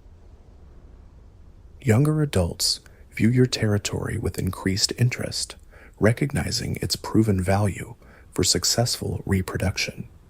Established pairs assess your partnership as a potential threat to their own breeding prospects. The social dynamics surrounding successful breeders become more complex and demanding. Your second breeding attempt approaches with both confidence and caution. Experience has taught you the demands and rewards of condor parenthood, but it has also revealed the countless factors beyond your control that influence reproductive success. Weather, food availability, predation pressure, human interference, any of these variables could disrupt even the most careful preparation and dedicated effort. The nest site selection process benefits from your previous experience. You and your mate evaluate potential locations with sophisticated understanding of the factors that influence breeding success: security, accessibility, weather protection, territorial positioning. Every consideration receives careful attention based on lessons learned from your first attempt. The chosen site represents optimal compromise between competing requirements. Your second chick hatches into a world shaped by your growing experience and established reputation. The parental skills you've developed through previous success enable more efficient care and protection. Your territorial position provides better resources and security. Your social status commands greater respect from potential competitors and threats. Every advantage you've gained through survival and success benefits your new offspring, but experience also brings awareness of the countless dangers that threaten young condors: predation, disease, accidents, weather, human interference, competitive aggression. The list of potential disasters seems endless when viewed through the lens of parental protectiveness. Knowledge of these threats creates anxiety that inexperienced parents don't experience, but it also enables more effective prevention and response strategies. Your second chick develops under conditions significantly different from those that shaped your first offspring's early life. The territory is better established, the parental partnership is more efficient, and the social environment is more stable. These advantages should improve survival prospects, but they also create different challenges and learning opportunities that will shape your second chick's individual development and capabilities. The intensive demands of raising two offspring in successive years begin to affect your physical condition and competitive position. The enormous energy expenditures required for successful breeding have depleted your body reserves and reduced your territorial effectiveness. Younger, more energetic adults begin testing your boundaries with increasing frequency and boldness. The costs of reproductive success become apparent in your declining competitive position. Your mate shows similar signs of reproductive exhaustion. The physical demands of egg production, incubation, and chick care have taken their toll on her condition and capabilities.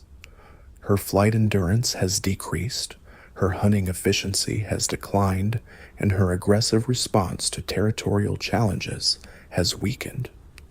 The partnership that enabled reproductive success now shows signs of strain under the cumulative demands of successive breeding attempts. The decision about future breeding requires careful consideration of costs, benefits, and alternatives. Continued reproduction with your current mate promises familiarity and proven compatibility, but it also risks further depletion of physical resources and competitive position. Alternative partnerships might provide renewed energy and capabilities, but they would require time and effort to establish while offering no guarantee of improved success. Your territorial position requires reinforcement and defense despite the demands of current parental responsibilities. Younger adults probe your boundaries constantly, testing for signs of weakness or distraction. Your successful defense of territorial claims while managing breeding duties becomes increasingly difficult as your physical resources decline and competitive pressures intensify. The balance between current reproductive investment and future survival prospects becomes more critical with each successive breeding season. Short-term success in raising offspring must be weighed against long-term survival and future breeding opportunities. The optimization problem has no clear solution, requiring constant reassessment based on changing conditions and individual capabilities. Your second chick's development proceeds more smoothly than your first offspring's progress, benefiting from your improved parental skills and more stable territorial conditions.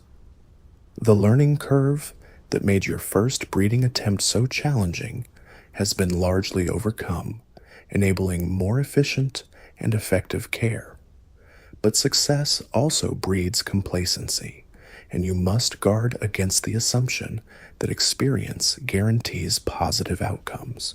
The social environment surrounding your breeding activities becomes more complex as your reputation for successful reproduction spreads through the local condor community. Other adults observe your techniques and territorial management strategies, learning from your successes while planning to exploit any weaknesses they identify. Your breeding activities have become a focus of community attention that creates both opportunities and pressures. Your offspring from the previous year occasionally returns to your territory, creating complex social dynamics that must be carefully managed. The young adult that was once your dependent chick now represents potential competition for resources and territorial access. The parent-child relationship must evolve to accommodate changing roles and capabilities while maintaining family bonds that provide mutual benefits. The cumulative effects of intensive breeding efforts begin to show in your flight performance and competitive effectiveness. Your reaction times are slower, your endurance is reduced, and your aggressive responses are less intimidating. These changes don't escape the notice of potential challengers who adjust their strategies accordingly. The price of reproductive success becomes apparent in your declining ability to defend the resources that made that success possible. Your mate's condition shows similar deterioration from the demands of successive breeding seasons. Her hunting efficiency has declined, her territorial vigilance has decreased, and her physical condition has suffered from repeated reproductive cycles. The partnership that once seemed so strong and capable now shows signs of strain under the relentless pressures of survival and reproduction in a competitive environment. The approach of your third potential breeding season forces difficult decisions about future strategies and priorities. Your body and your mate's condition suggest that continued intensive reproduction might compromise survival prospects for both adults and any future offspring. But the biological imperative to reproduce remains strong, creating internal conflicts between survival instincts and reproductive drives. Your territorial position has become more precarious as your competitive effectiveness has declined. Younger adults mount increasingly bold challenges to your boundaries and resource access. Your ability to defend territorial claims while managing breeding responsibilities becomes questionable as physical capabilities diminish and competitive pressures intensify. The territory that once seemed secure now requires constant vigilance and occasional desperate defensive efforts.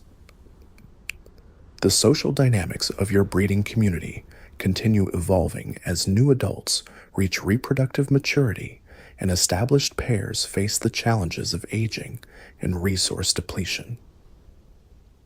Your position within this community has shifted from rising challenger to established success story to potentially declining veteran. Each phase brings different opportunities and threats that must be navigated with strategic thinking and adaptive behavior.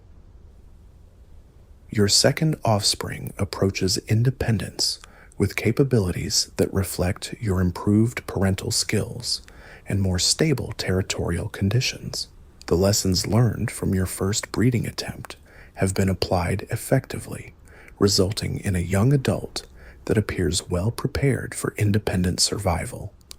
The success validates your reproductive strategies while highlighting the importance of experience in effective parenting. But success also creates new pressures and expectations for your offspring's future achievements. The condor community recognizes the genetic and environmental advantages that have shaped your chick's development, creating both opportunities and competitive challenges. Your offspring must prove itself worthy of the investments made in its survival while managing the social expectations that accompany demonstrated parental success. Your relationship with your mate faces critical evaluation as physical deterioration and competitive pressures challenge the partnership that enabled reproductive success. The compatibility and cooperation that once seemed so natural now require conscious effort to maintain. The question becomes whether continued collaboration serves both partners' interests or whether separation might better serve individual survival and future reproductive prospects. The territory you've defended so carefully for years shows signs of deterioration as your competitive effectiveness declines and resource pressures intensify. Boundaries that once seemed secure are challenged regularly by younger, more energetic adults. The infrastructure of feeding sites, roosting locations, and flight paths requires constant maintenance and defense that becomes increasingly difficult to provide. Your accumulated experience in territorial management, social navigation, and reproductive success represents valuable knowledge that could benefit other condors. But the competitive nature of condor society limits opportunities for knowledge transfer. The lessons you've learned through years of struggle and success die with you unless they can be transmitted to offspring or observant neighbors who might benefit from your experience. The biological imperative that has driven your reproductive efforts begins to conflict more directly with survival instincts as physical capabilities decline and competitive pressures intensify. The genetic drive to produce offspring must be balanced against the practical requirements of individual survival in an environment where weakness is quickly exploited by competitors and predators. Your legacy begins to take shape through the achievements of your offspring and the territorial improvements you've made through years of careful management. The genetic material you've contributed to future generations represents your most important long-term impact, but the territorial enhancements and social relationships you've developed also influence the broader condor community's survival prospects. The approach of what might be your final breeding season creates urgency about reproductive decisions and resource allocation.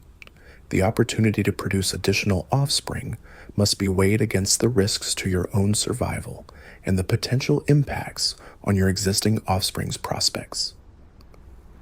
The optimization problem becomes more complex as time horizons shorten and physical capabilities continue declining.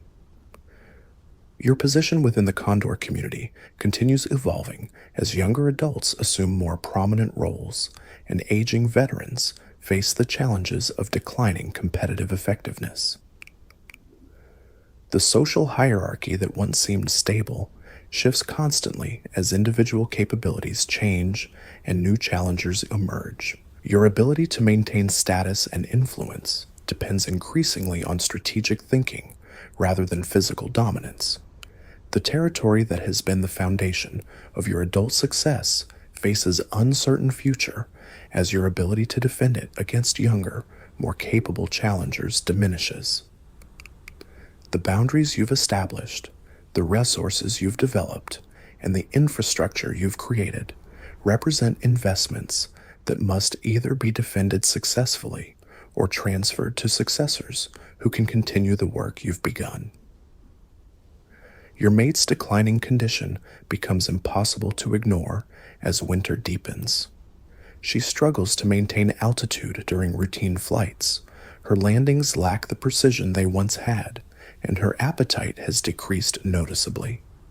The years of intensive breeding have taken their toll, and her body is showing signs of systemic fatigue that go beyond normal seasonal challenges.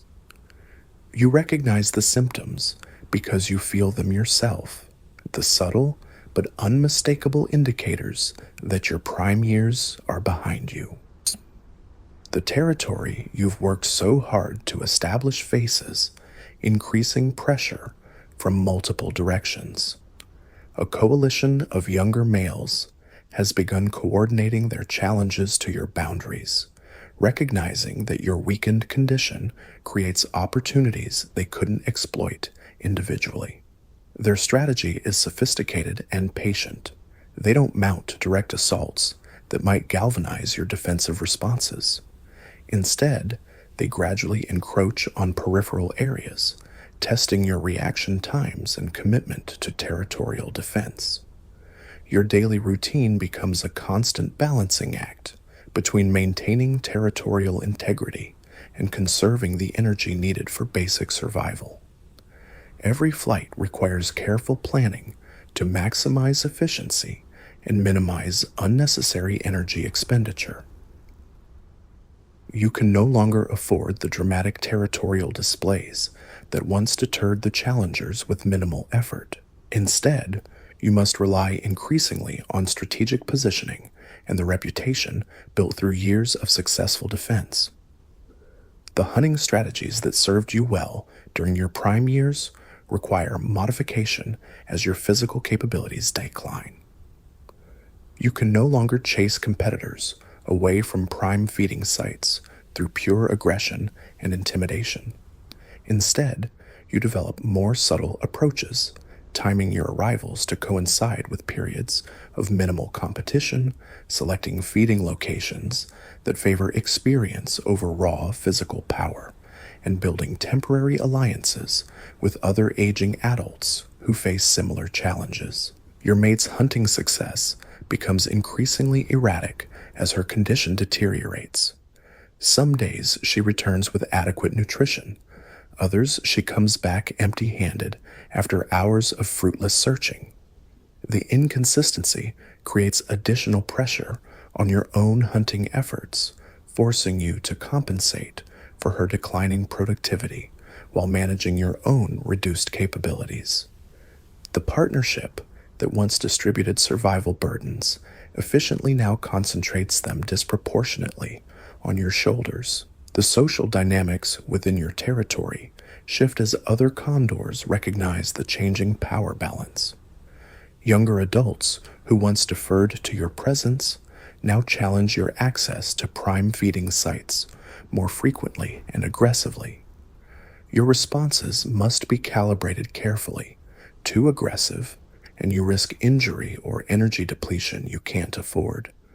Too passive, and you encourage further challenges that could spiral into complete territorial loss. Your offspring from previous years occasionally appear within your territory, creating complex emotional and practical challenges. Part of you feels pride in their obvious health and competence, but another part recognizes them as potential competitors for the resources you're struggling to defend. The parent-child relationships that once seemed so clear and supportive now involve subtle negotiations about access rights and territorial boundaries. The nest site that has been the center of your reproductive success for years shows signs of deterioration that you lack the energy to address adequately. Storm damage has weakened some of the structural elements, and the accumulated debris from years of use needs clearing. But the physical demands of maintenance work exceed your current capabilities, and the time invested in nest repair reduces your availability for hunting and territorial defense. Your mate begins spending more time away from your shared territory, and you suspect she's evaluating alternative partnerships or territorial arrangements. The loyalty that sustained your breeding success for multiple seasons gives way to practical considerations about survival prospects and future opportunities. You don't blame her. In Condor society, sentiment takes second place to survival, and extended partnerships are luxuries that only the strong can afford. The approach of another breeding season creates internal conflicts between reproductive instincts and survival pragmatism. Your body still responds to seasonal hormonal changes with the urge to breed, but your rational assessment of current conditions suggests that attempting reproduction would be disastrous for all involved. The energy requirements of successful breeding far exceed your current capabilities, and failure would likely prove fatal for both adults and any offspring produced. Your hunting patterns become more conservative and predictable as energy limitations force you to abandon the wide-ranging searches that once characterized your foraging behavior. You focus increasingly on proven food sources within a contracted territory, accepting smaller and less frequent meals in exchange for reduced energy expenditure. The strategy works for basic survival, but leaves little margin for the competitive challenges that continue testing your territorial claims. The younger males pressuring your boundaries begin coordinating their efforts more effectively, mounting simultaneous challenges that stretch your defensive capabilities beyond sustainable limits. You find yourself constantly responding to territorial incursions, flying from one boundary dispute to another without time for adequate rest or feeding. The strategy is deliberately designed to exhaust your resources and force territorial abandonment through attrition rather than direct confrontation. Your mate's absences become longer and more frequent, and you begin to suspect that she's already forming relationships with other males. The practical advantages of younger, more capable partners become obvious when viewed through the lens of survival necessity rather than emotional attachment. Your declining condition makes you a liability rather than an asset in the competitive world of condor reproduction. The nest site that once seemed so secure and well positioned now feels exposed and vulnerable. Your reduced ability to defend the area makes it a target for takeover by more capable pairs seeking established breeding locations. The infrastructure you've developed through years of careful improvement becomes an asset that others covet and plot to acquire through territorial conquest. Your social status within the broader condor community continues its gradual decline as younger adults assume more prominent roles and your own influence diminishes. The respect you once commanded through demonstrated competence gives way to the tolerance shown to aging veterans who no longer pose competitive threats. The transition is subtle but unmistakable. You're becoming irrelevant to the community's future planning and resource allocation decisions. The territory you've defended for so many years begins fragmenting as your ability to maintain unified control weakens.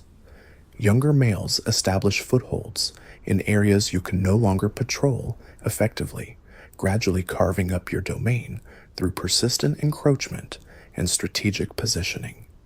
Each loss reduces your resource base and makes defending the remainder more difficult, creating a downward spiral of territorial contraction. Your hunting success becomes increasingly dependent on scavenging opportunities that other condors overlook or abandon. Roadkill that's too small to interest prime condition adults becomes a primary food source. Carcasses in difficult locations that healthy birds avoid become worth the extra effort your desperation requires.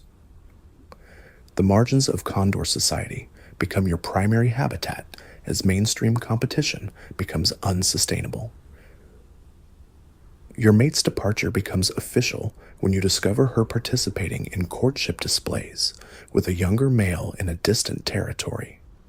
The partnership that produced successful offspring and defended valuable resources for multiple seasons ends without ceremony or acknowledgement.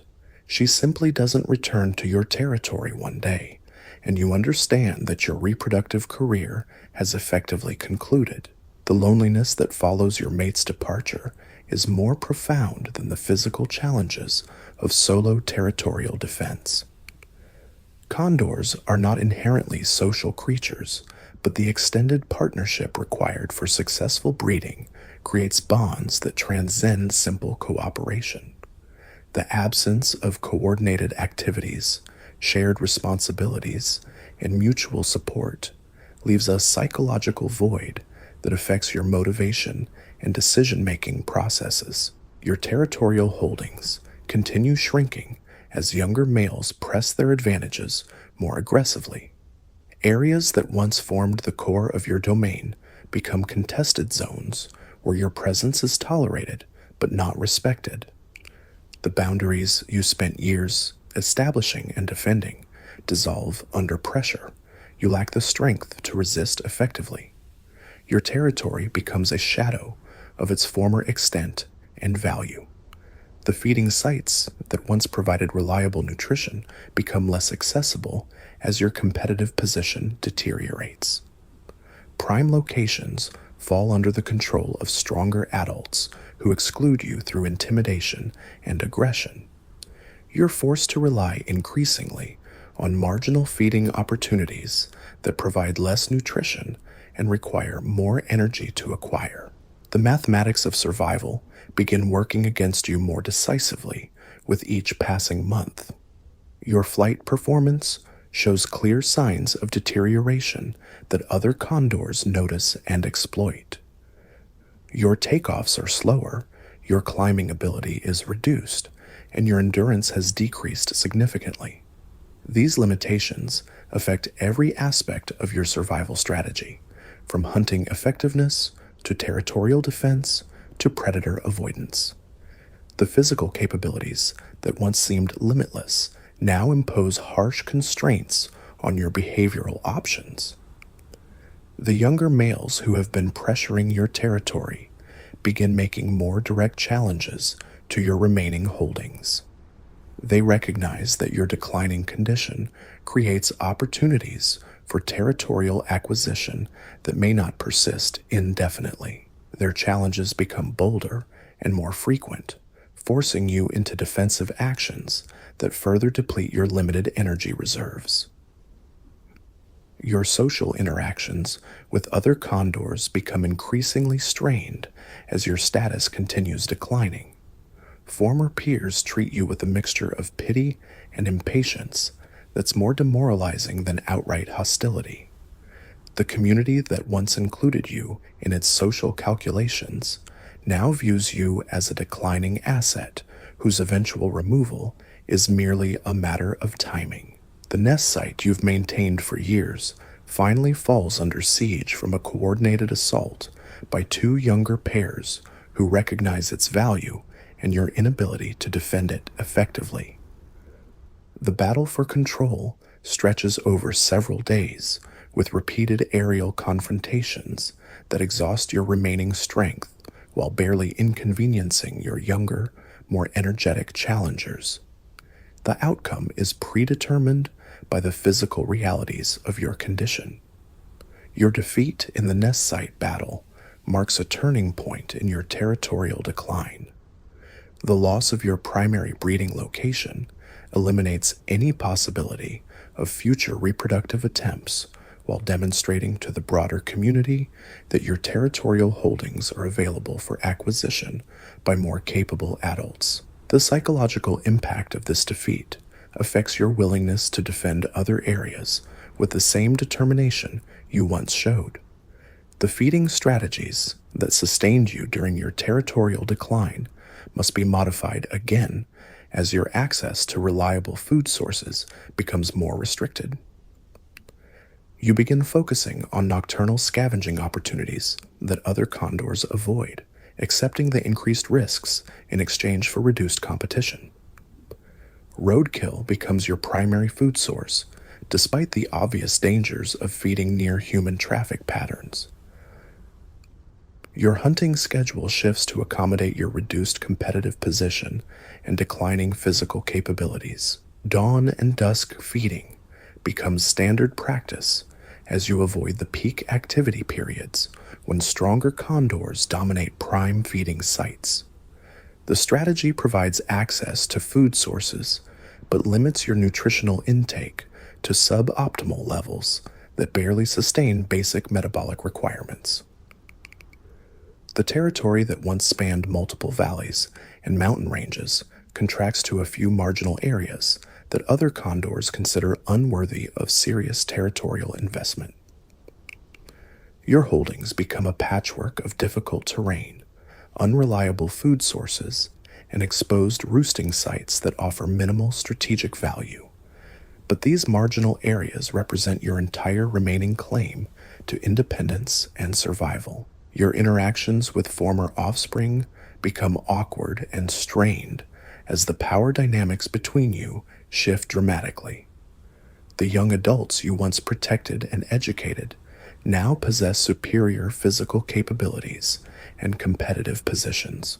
They tolerate your presence within their expanding territories, but don't defer to your experience or acknowledge your past contributions to their success. The seasonal rhythms that once structured your annual cycle become less relevant as your reduced capabilities force constant adaptation to immediate survival challenges. You can no longer afford to follow optimal seasonal migration patterns or take advantage of predictable resource fluctuations. Instead, you must respond opportunistically to whatever feeding chances present themselves, regardless of timing or location. Your roosting sites become increasingly marginal as prime locations fall under the control of younger, more competitive adults. You're forced to accept exposed perches that offer minimal protection from weather and predators. The quality of your rest suffers accordingly, creating a feedback loop where poor sleep reduces your competitive effectiveness, which in turn forces you into even worse roosting situations. The physical deterioration that began with subtle changes in flight performance accelerates as nutritional deficiencies and chronic stress take their cumulative toll.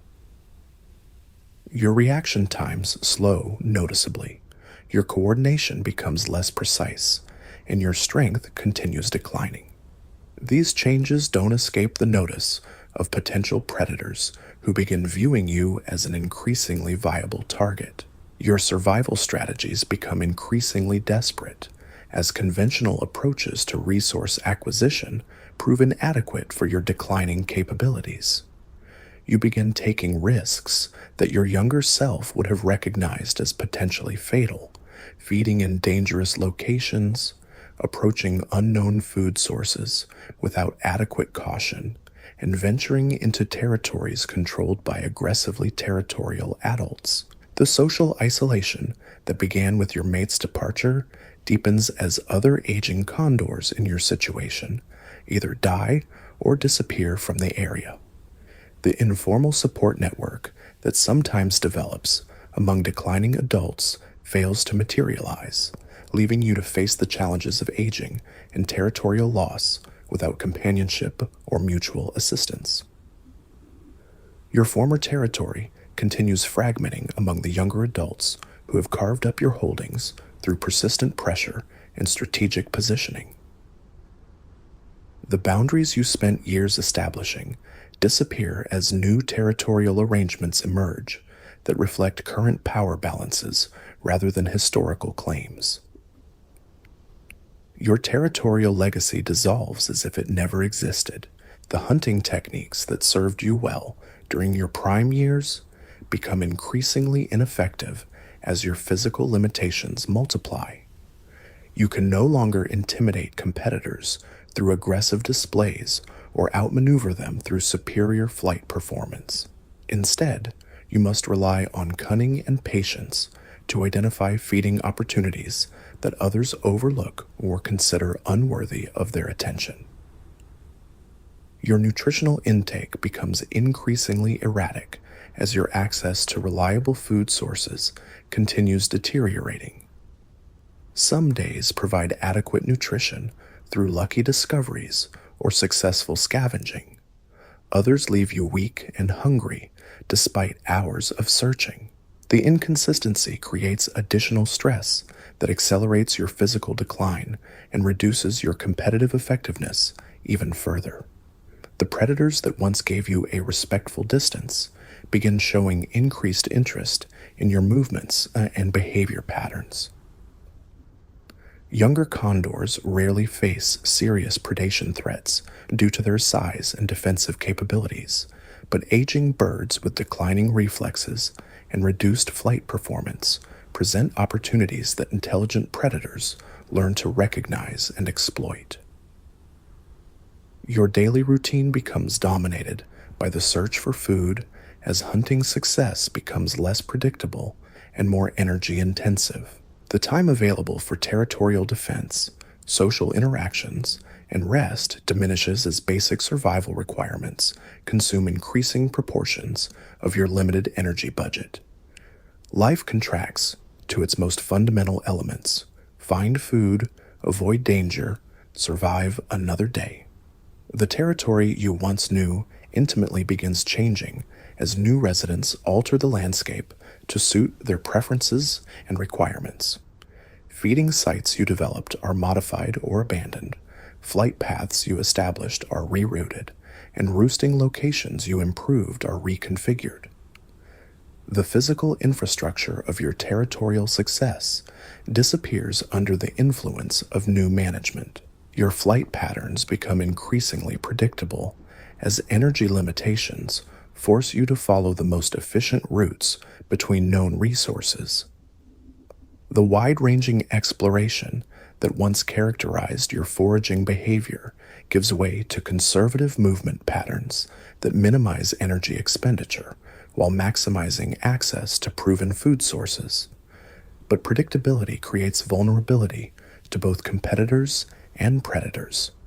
The seasonal challenges that once tested your capabilities now threaten your survival more directly, as your reduced condition leaves little margin for error. Weather patterns that were merely inconvenient during your prime years become potentially fatal obstacles that must be navigated with extreme caution. Your survival depends increasingly on avoiding challenges rather than overcoming them through strength and skill. Your social memory of the broader condor community becomes one of your few remaining assets as younger adults gradually forget your past contributions and achievements. You retain knowledge of historical territorial boundaries, seasonal resource patterns, and individual behavioral characteristics that could benefit the community. But opportunities to share this information become increasingly rare as your social status continues declining. The approach of what you sense, maybe your final winter, creates urgency about immediate survival preparations that crowds out longer-term planning considerations. The energy reserves needed to survive months of harsh weather and limited food availability seem impossible to accumulate given your current hunting success rates and competitive disadvantages. Your physical condition shows unmistakable signs of systemic failure as multiple organ systems begin struggling under the cumulative stress of malnutrition, chronic fatigue, and environmental challenges. Your immune system weakens, making you more susceptible to diseases that healthy adults resist easily. Your cardiovascular system struggles to meet the demands of flight and hunting. Your digestive system processes food less efficiently, reducing nutritional extraction from already inadequate meals. The territory that was once your kingdom becomes a prison as your reduced mobility limits your ability to seek better opportunities elsewhere. The energy required for long-distance travel exceeds your current capabilities, trapping you in an area where your competitive disadvantages are well known and consistently exploited by younger, stronger rivals. Your hunting attempts become more desperate and less successful as hunger affects your judgment and decision-making capabilities. You take risks that rational assessment would reject, approach food sources despite obvious dangers, and persist in failing strategies because alternatives seem even less promising. Desperation overrides the wisdom accumulated through years of successful survival. The final territorial challenge comes not from the coordinated assault you might have expected, but from simple abandonment as your presence becomes so irrelevant that other condors stop acknowledging your claims entirely. Your remaining territory dissolves not through conquest, but through indifference. Other birds simply begin using the area as if you don't exist. Your last successful hunt occurs on a morning when desperation drives you to attempt scavenging from a carcass already claimed by a group of younger adults. Their temporary absence creates an opportunity you're too hungry to ignore, despite the obvious risks. You manage to consume enough meat to sustain yourself for several more days, but the effort exhausts your remaining strength reserves. The end approaches not through dramatic confrontation or sudden catastrophe, but through the gradual convergence of multiple system failures that finally exceed your body's ability to compensate. Your immune system succumbs to an infection that healthy condors would resist easily. Your cardiovascular system fails under the strain of chronic malnutrition and stress. Your nervous system loses coordination as metabolic processes shut down systematically. Your final flight is short and unsteady, ending in an ungraceful landing in a remote canyon where other condors rarely venture. The location that once would have seemed isolated and dangerous now offers the privacy you need to face the inevitable without interference or observation. You settle onto a rocky outcrop overlooking the landscape that has been your home for so many years. The view encompasses territories you once controlled, feeding sites you once dominated, and flight paths you once traveled with confidence and purpose. The geography remains unchanged, but your relationship to it has been transformed completely. You're no longer a participant in the ongoing competition for resources and territories. You're becoming part of the landscape itself. Your consciousness fades gradually as your body's systems shut down in an orderly progression that evolution has refined over millions of years. There's no pain, no struggle, no dramatic final moment, just a gentle transition from active participation in the world to passive integration with the natural cycles that have sustained life in these mountains for countless generations. Your body will provide nutrition for the same scavengers you competed with throughout your adult life. The younger condors who displaced you from your territory will benefit from the resources your death makes available. Your genetic contribution to future generations lives on in the offspring you successfully raised during your prime years. The cycle continues, indifferent to individual tragedies, but sustained by the accumulated successes of countless participants like yourself. The territory you defended so fiercely for so many years will be claimed by other adults who will face the same challenges you encountered and ultimately meet similar fates. The nest sites you developed will shelter future generations of condor chicks. The feeding areas you identified will continue providing resources for birds not yet hatched. Your individual story ends, but the larger narrative of condor survival continues uninterrupted. Your legacy exists not in monuments or memories, but in the genetic material you pass to your offspring and the territorial improvements you made during your years of active participation.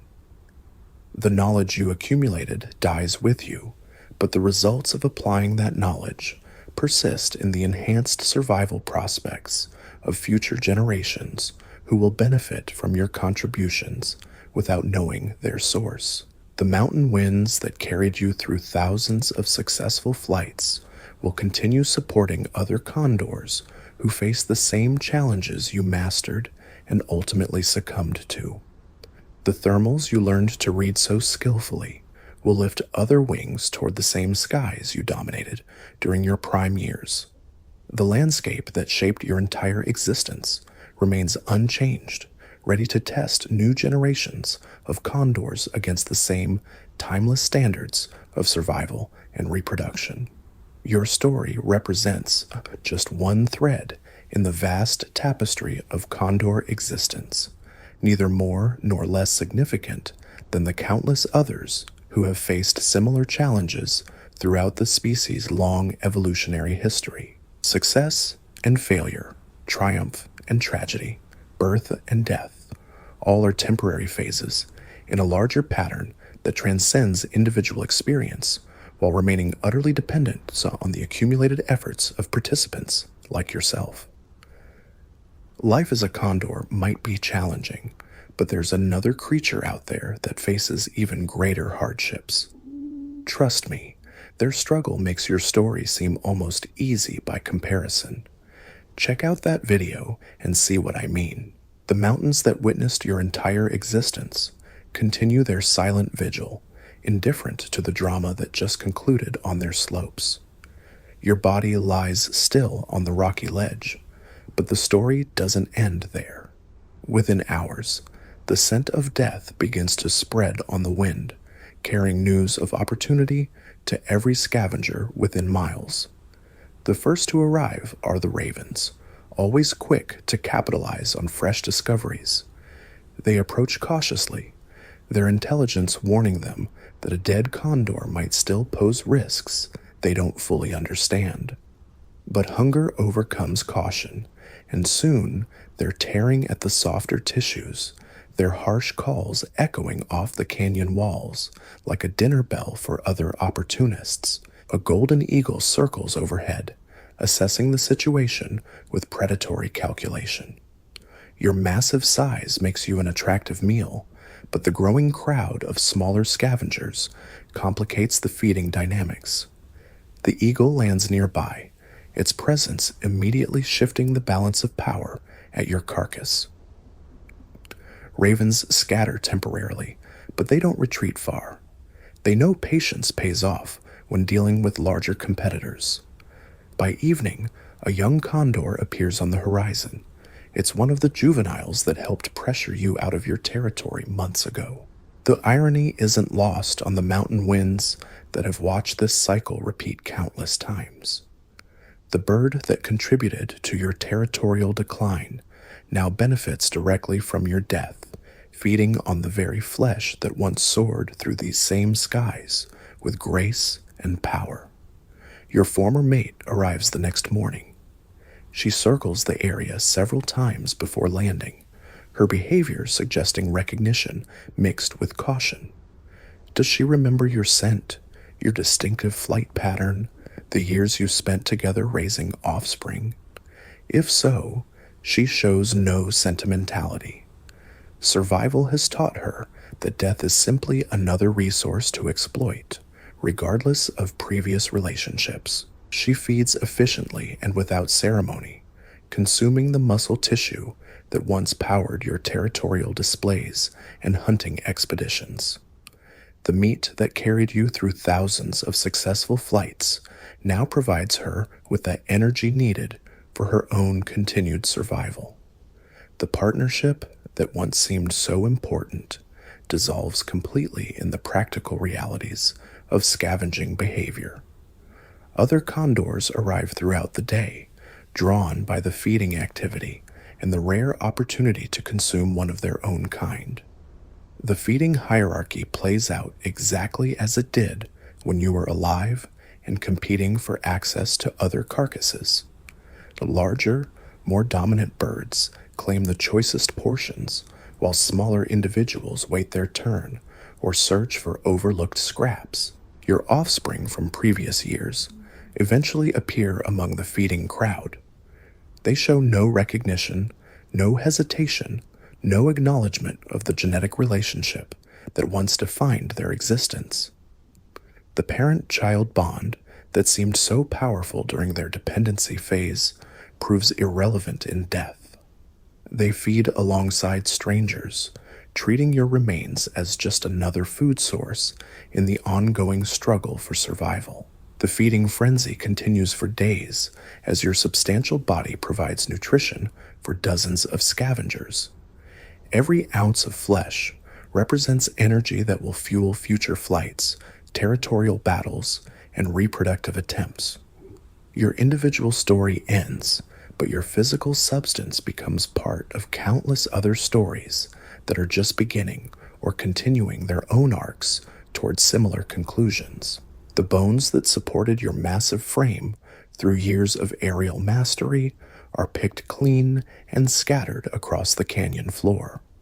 Some will be carried away by smaller scavengers seeking calcium for their own skeletal development.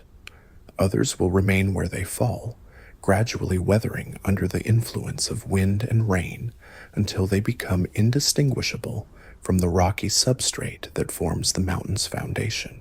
Your skull, with its distinctive hooked beak that served you so well in countless feeding situations, becomes a temporary curiosity for passing ravens. They investigate its hollows and crevices, searching for overlooked morsels of brain tissue or other delicacies. Eventually, even this distinctive remnant of your identity becomes just another piece of debris in the endless cycle of death and renewal. The territory you defended so fiercely during your prime years shows no signs of your passing. The boundaries you established through years of aggressive display and territorial combat dissolve as if they never existed. Younger condors expand their holdings into areas you once controlled, redrawing the invisible maps of ownership and dominance that govern condor society. Your former nest sites are investigated by prospecting pairs seeking suitable locations for their own reproductive attempts. The stick platforms you and your mate constructed with such care are dismantled and rebuilt according to new preferences and requirements. The infrastructure of your breeding success becomes raw material for future generations' attempts at continuation. The feeding sites you discovered and developed through years of careful exploration are claimed by other adults who benefit from your accumulated knowledge without acknowledging its source. The prime locations you identified through trial and error become part of other birds' territorial assets, their value proven by your previous success, but their ownership transferred through the simple mechanism of competitive displacement. The thermals you learned to read with such precision continue lifting other wings toward the same skies you once dominated. The air currents that carried you through thousands of successful flights remain unchanged, ready to support new masters who will face identical challenges and eventually meet similar fates. The physical laws that governed your aerial existence continue operating with the same reliability and indifference. Your genetic legacy lives on in the offspring you successfully raised during your reproductive prime. They carry combinations of genes that reflect both your survival capabilities and your mate's complementary strengths. These genetic packages will be tested against the same environmental challenges that shaped your own development, succeeding or failing based on their ability to navigate the complex demands of condor existence. But your accumulated knowledge dies with you completely. The territorial strategies that enabled your success, the hunting techniques that sustained you through challenging seasons, the social insights that helped you navigate complex community dynamics, all of this hard-won wisdom disappears without transfer to future generations. Each condor must learn the same lessons independently, repeating the same mistakes and rediscovering the same solutions that you mastered through years of experience. The younger adults who displaced you from your territory face their own challenges as they attempt to manage the resources they've acquired through competitive success. Some prove capable of effective territorial management, building on the foundation you established while adapting to their own preferences and capabilities. Others struggle with the complex demands of territorial ownership, learning through failure that conquest is easier than administration. Your former mate continues her own survival struggle in partnership with the younger male she selected as your replacement. Their relationship faces the same challenges that once tested your own pair bond: resource scarcity, territorial pressure, reproductive demands, and the gradual physical decline that comes with aging. The cycle repeats with different participants, but identical underlying dynamics. The condor community adjusts to your absence with the same efficiency it shows in adapting to all environmental changes. Social hierarchies shift to accommodate the altered competitive landscape. Territorial boundaries are renegotiated based on current power balances rather than historical claims. Feeding protocols adjust to reflect new dominance patterns and competitive relationships. Younger condors who never knew you during your prime years hear no stories of your achievements or contributions. The oral history traditions that preserve knowledge in some animal societies don't exist among condors. Your reputation, built through years of successful competition and reproductive achievement, disappears as completely as your physical presence. Future generations will have no awareness of your individual impact on their survival prospects. The seasonal rhythms that structured your annual cycle continue operating with the same predictable reliability. Spring brings renewed reproductive activity as surviving adults respond to hormonal changes and environmental cues. Summer provides optimal feeding conditions as prey animal mortality creates abundant carrion opportunities. Fall triggers territorial adjustments as birds prepare for winter challenges. Winter tests survival capabilities through resource scarcity and harsh weather conditions. Your death represents just one data point in the ongoing statistical analysis that natural selection performs continuously on condor populations. The genes you carried either prove their worth through your offspring's success or disappear from the population through their failure. The territorial strategies you employed either persist through imitation by successful neighbors or vanish through the elimination of their practitioners. The mountain ecosystem that supported your entire existence continues functioning with the same complex interdependencies that sustained countless previous generations. The prey animals that provided your food sources maintain their own population cycles. The predators that occasionally threatened your survival continue hunting according to their own evolutionary programming. The plant communities that support the entire food web persist in their ancient patterns of growth and reproduction. Human activities that increasingly influence condor survival prospects continue expanding their impact on the landscape you once called home. Power lines that pose flight hazards multiply according to infrastructure development priorities. Habitat fragmentation proceeds according to economic pressures and land use policies. Pollution sources that affect food quality and availability persist according to industrial and agricultural practices. The conservation efforts that work to protect condor populations from extinction continue their complex interventions in natural processes. Captive breeding programs produce birds for release into wild populations. ESAS habitat protection initiatives preserve critical feeding and nesting areas. Monitoring programs track population trends and individual survival rates. Education efforts attempt to reduce human-caused mortality sources. Your individual story becomes an anonymous component of the survival statistics that guide these conservation decisions.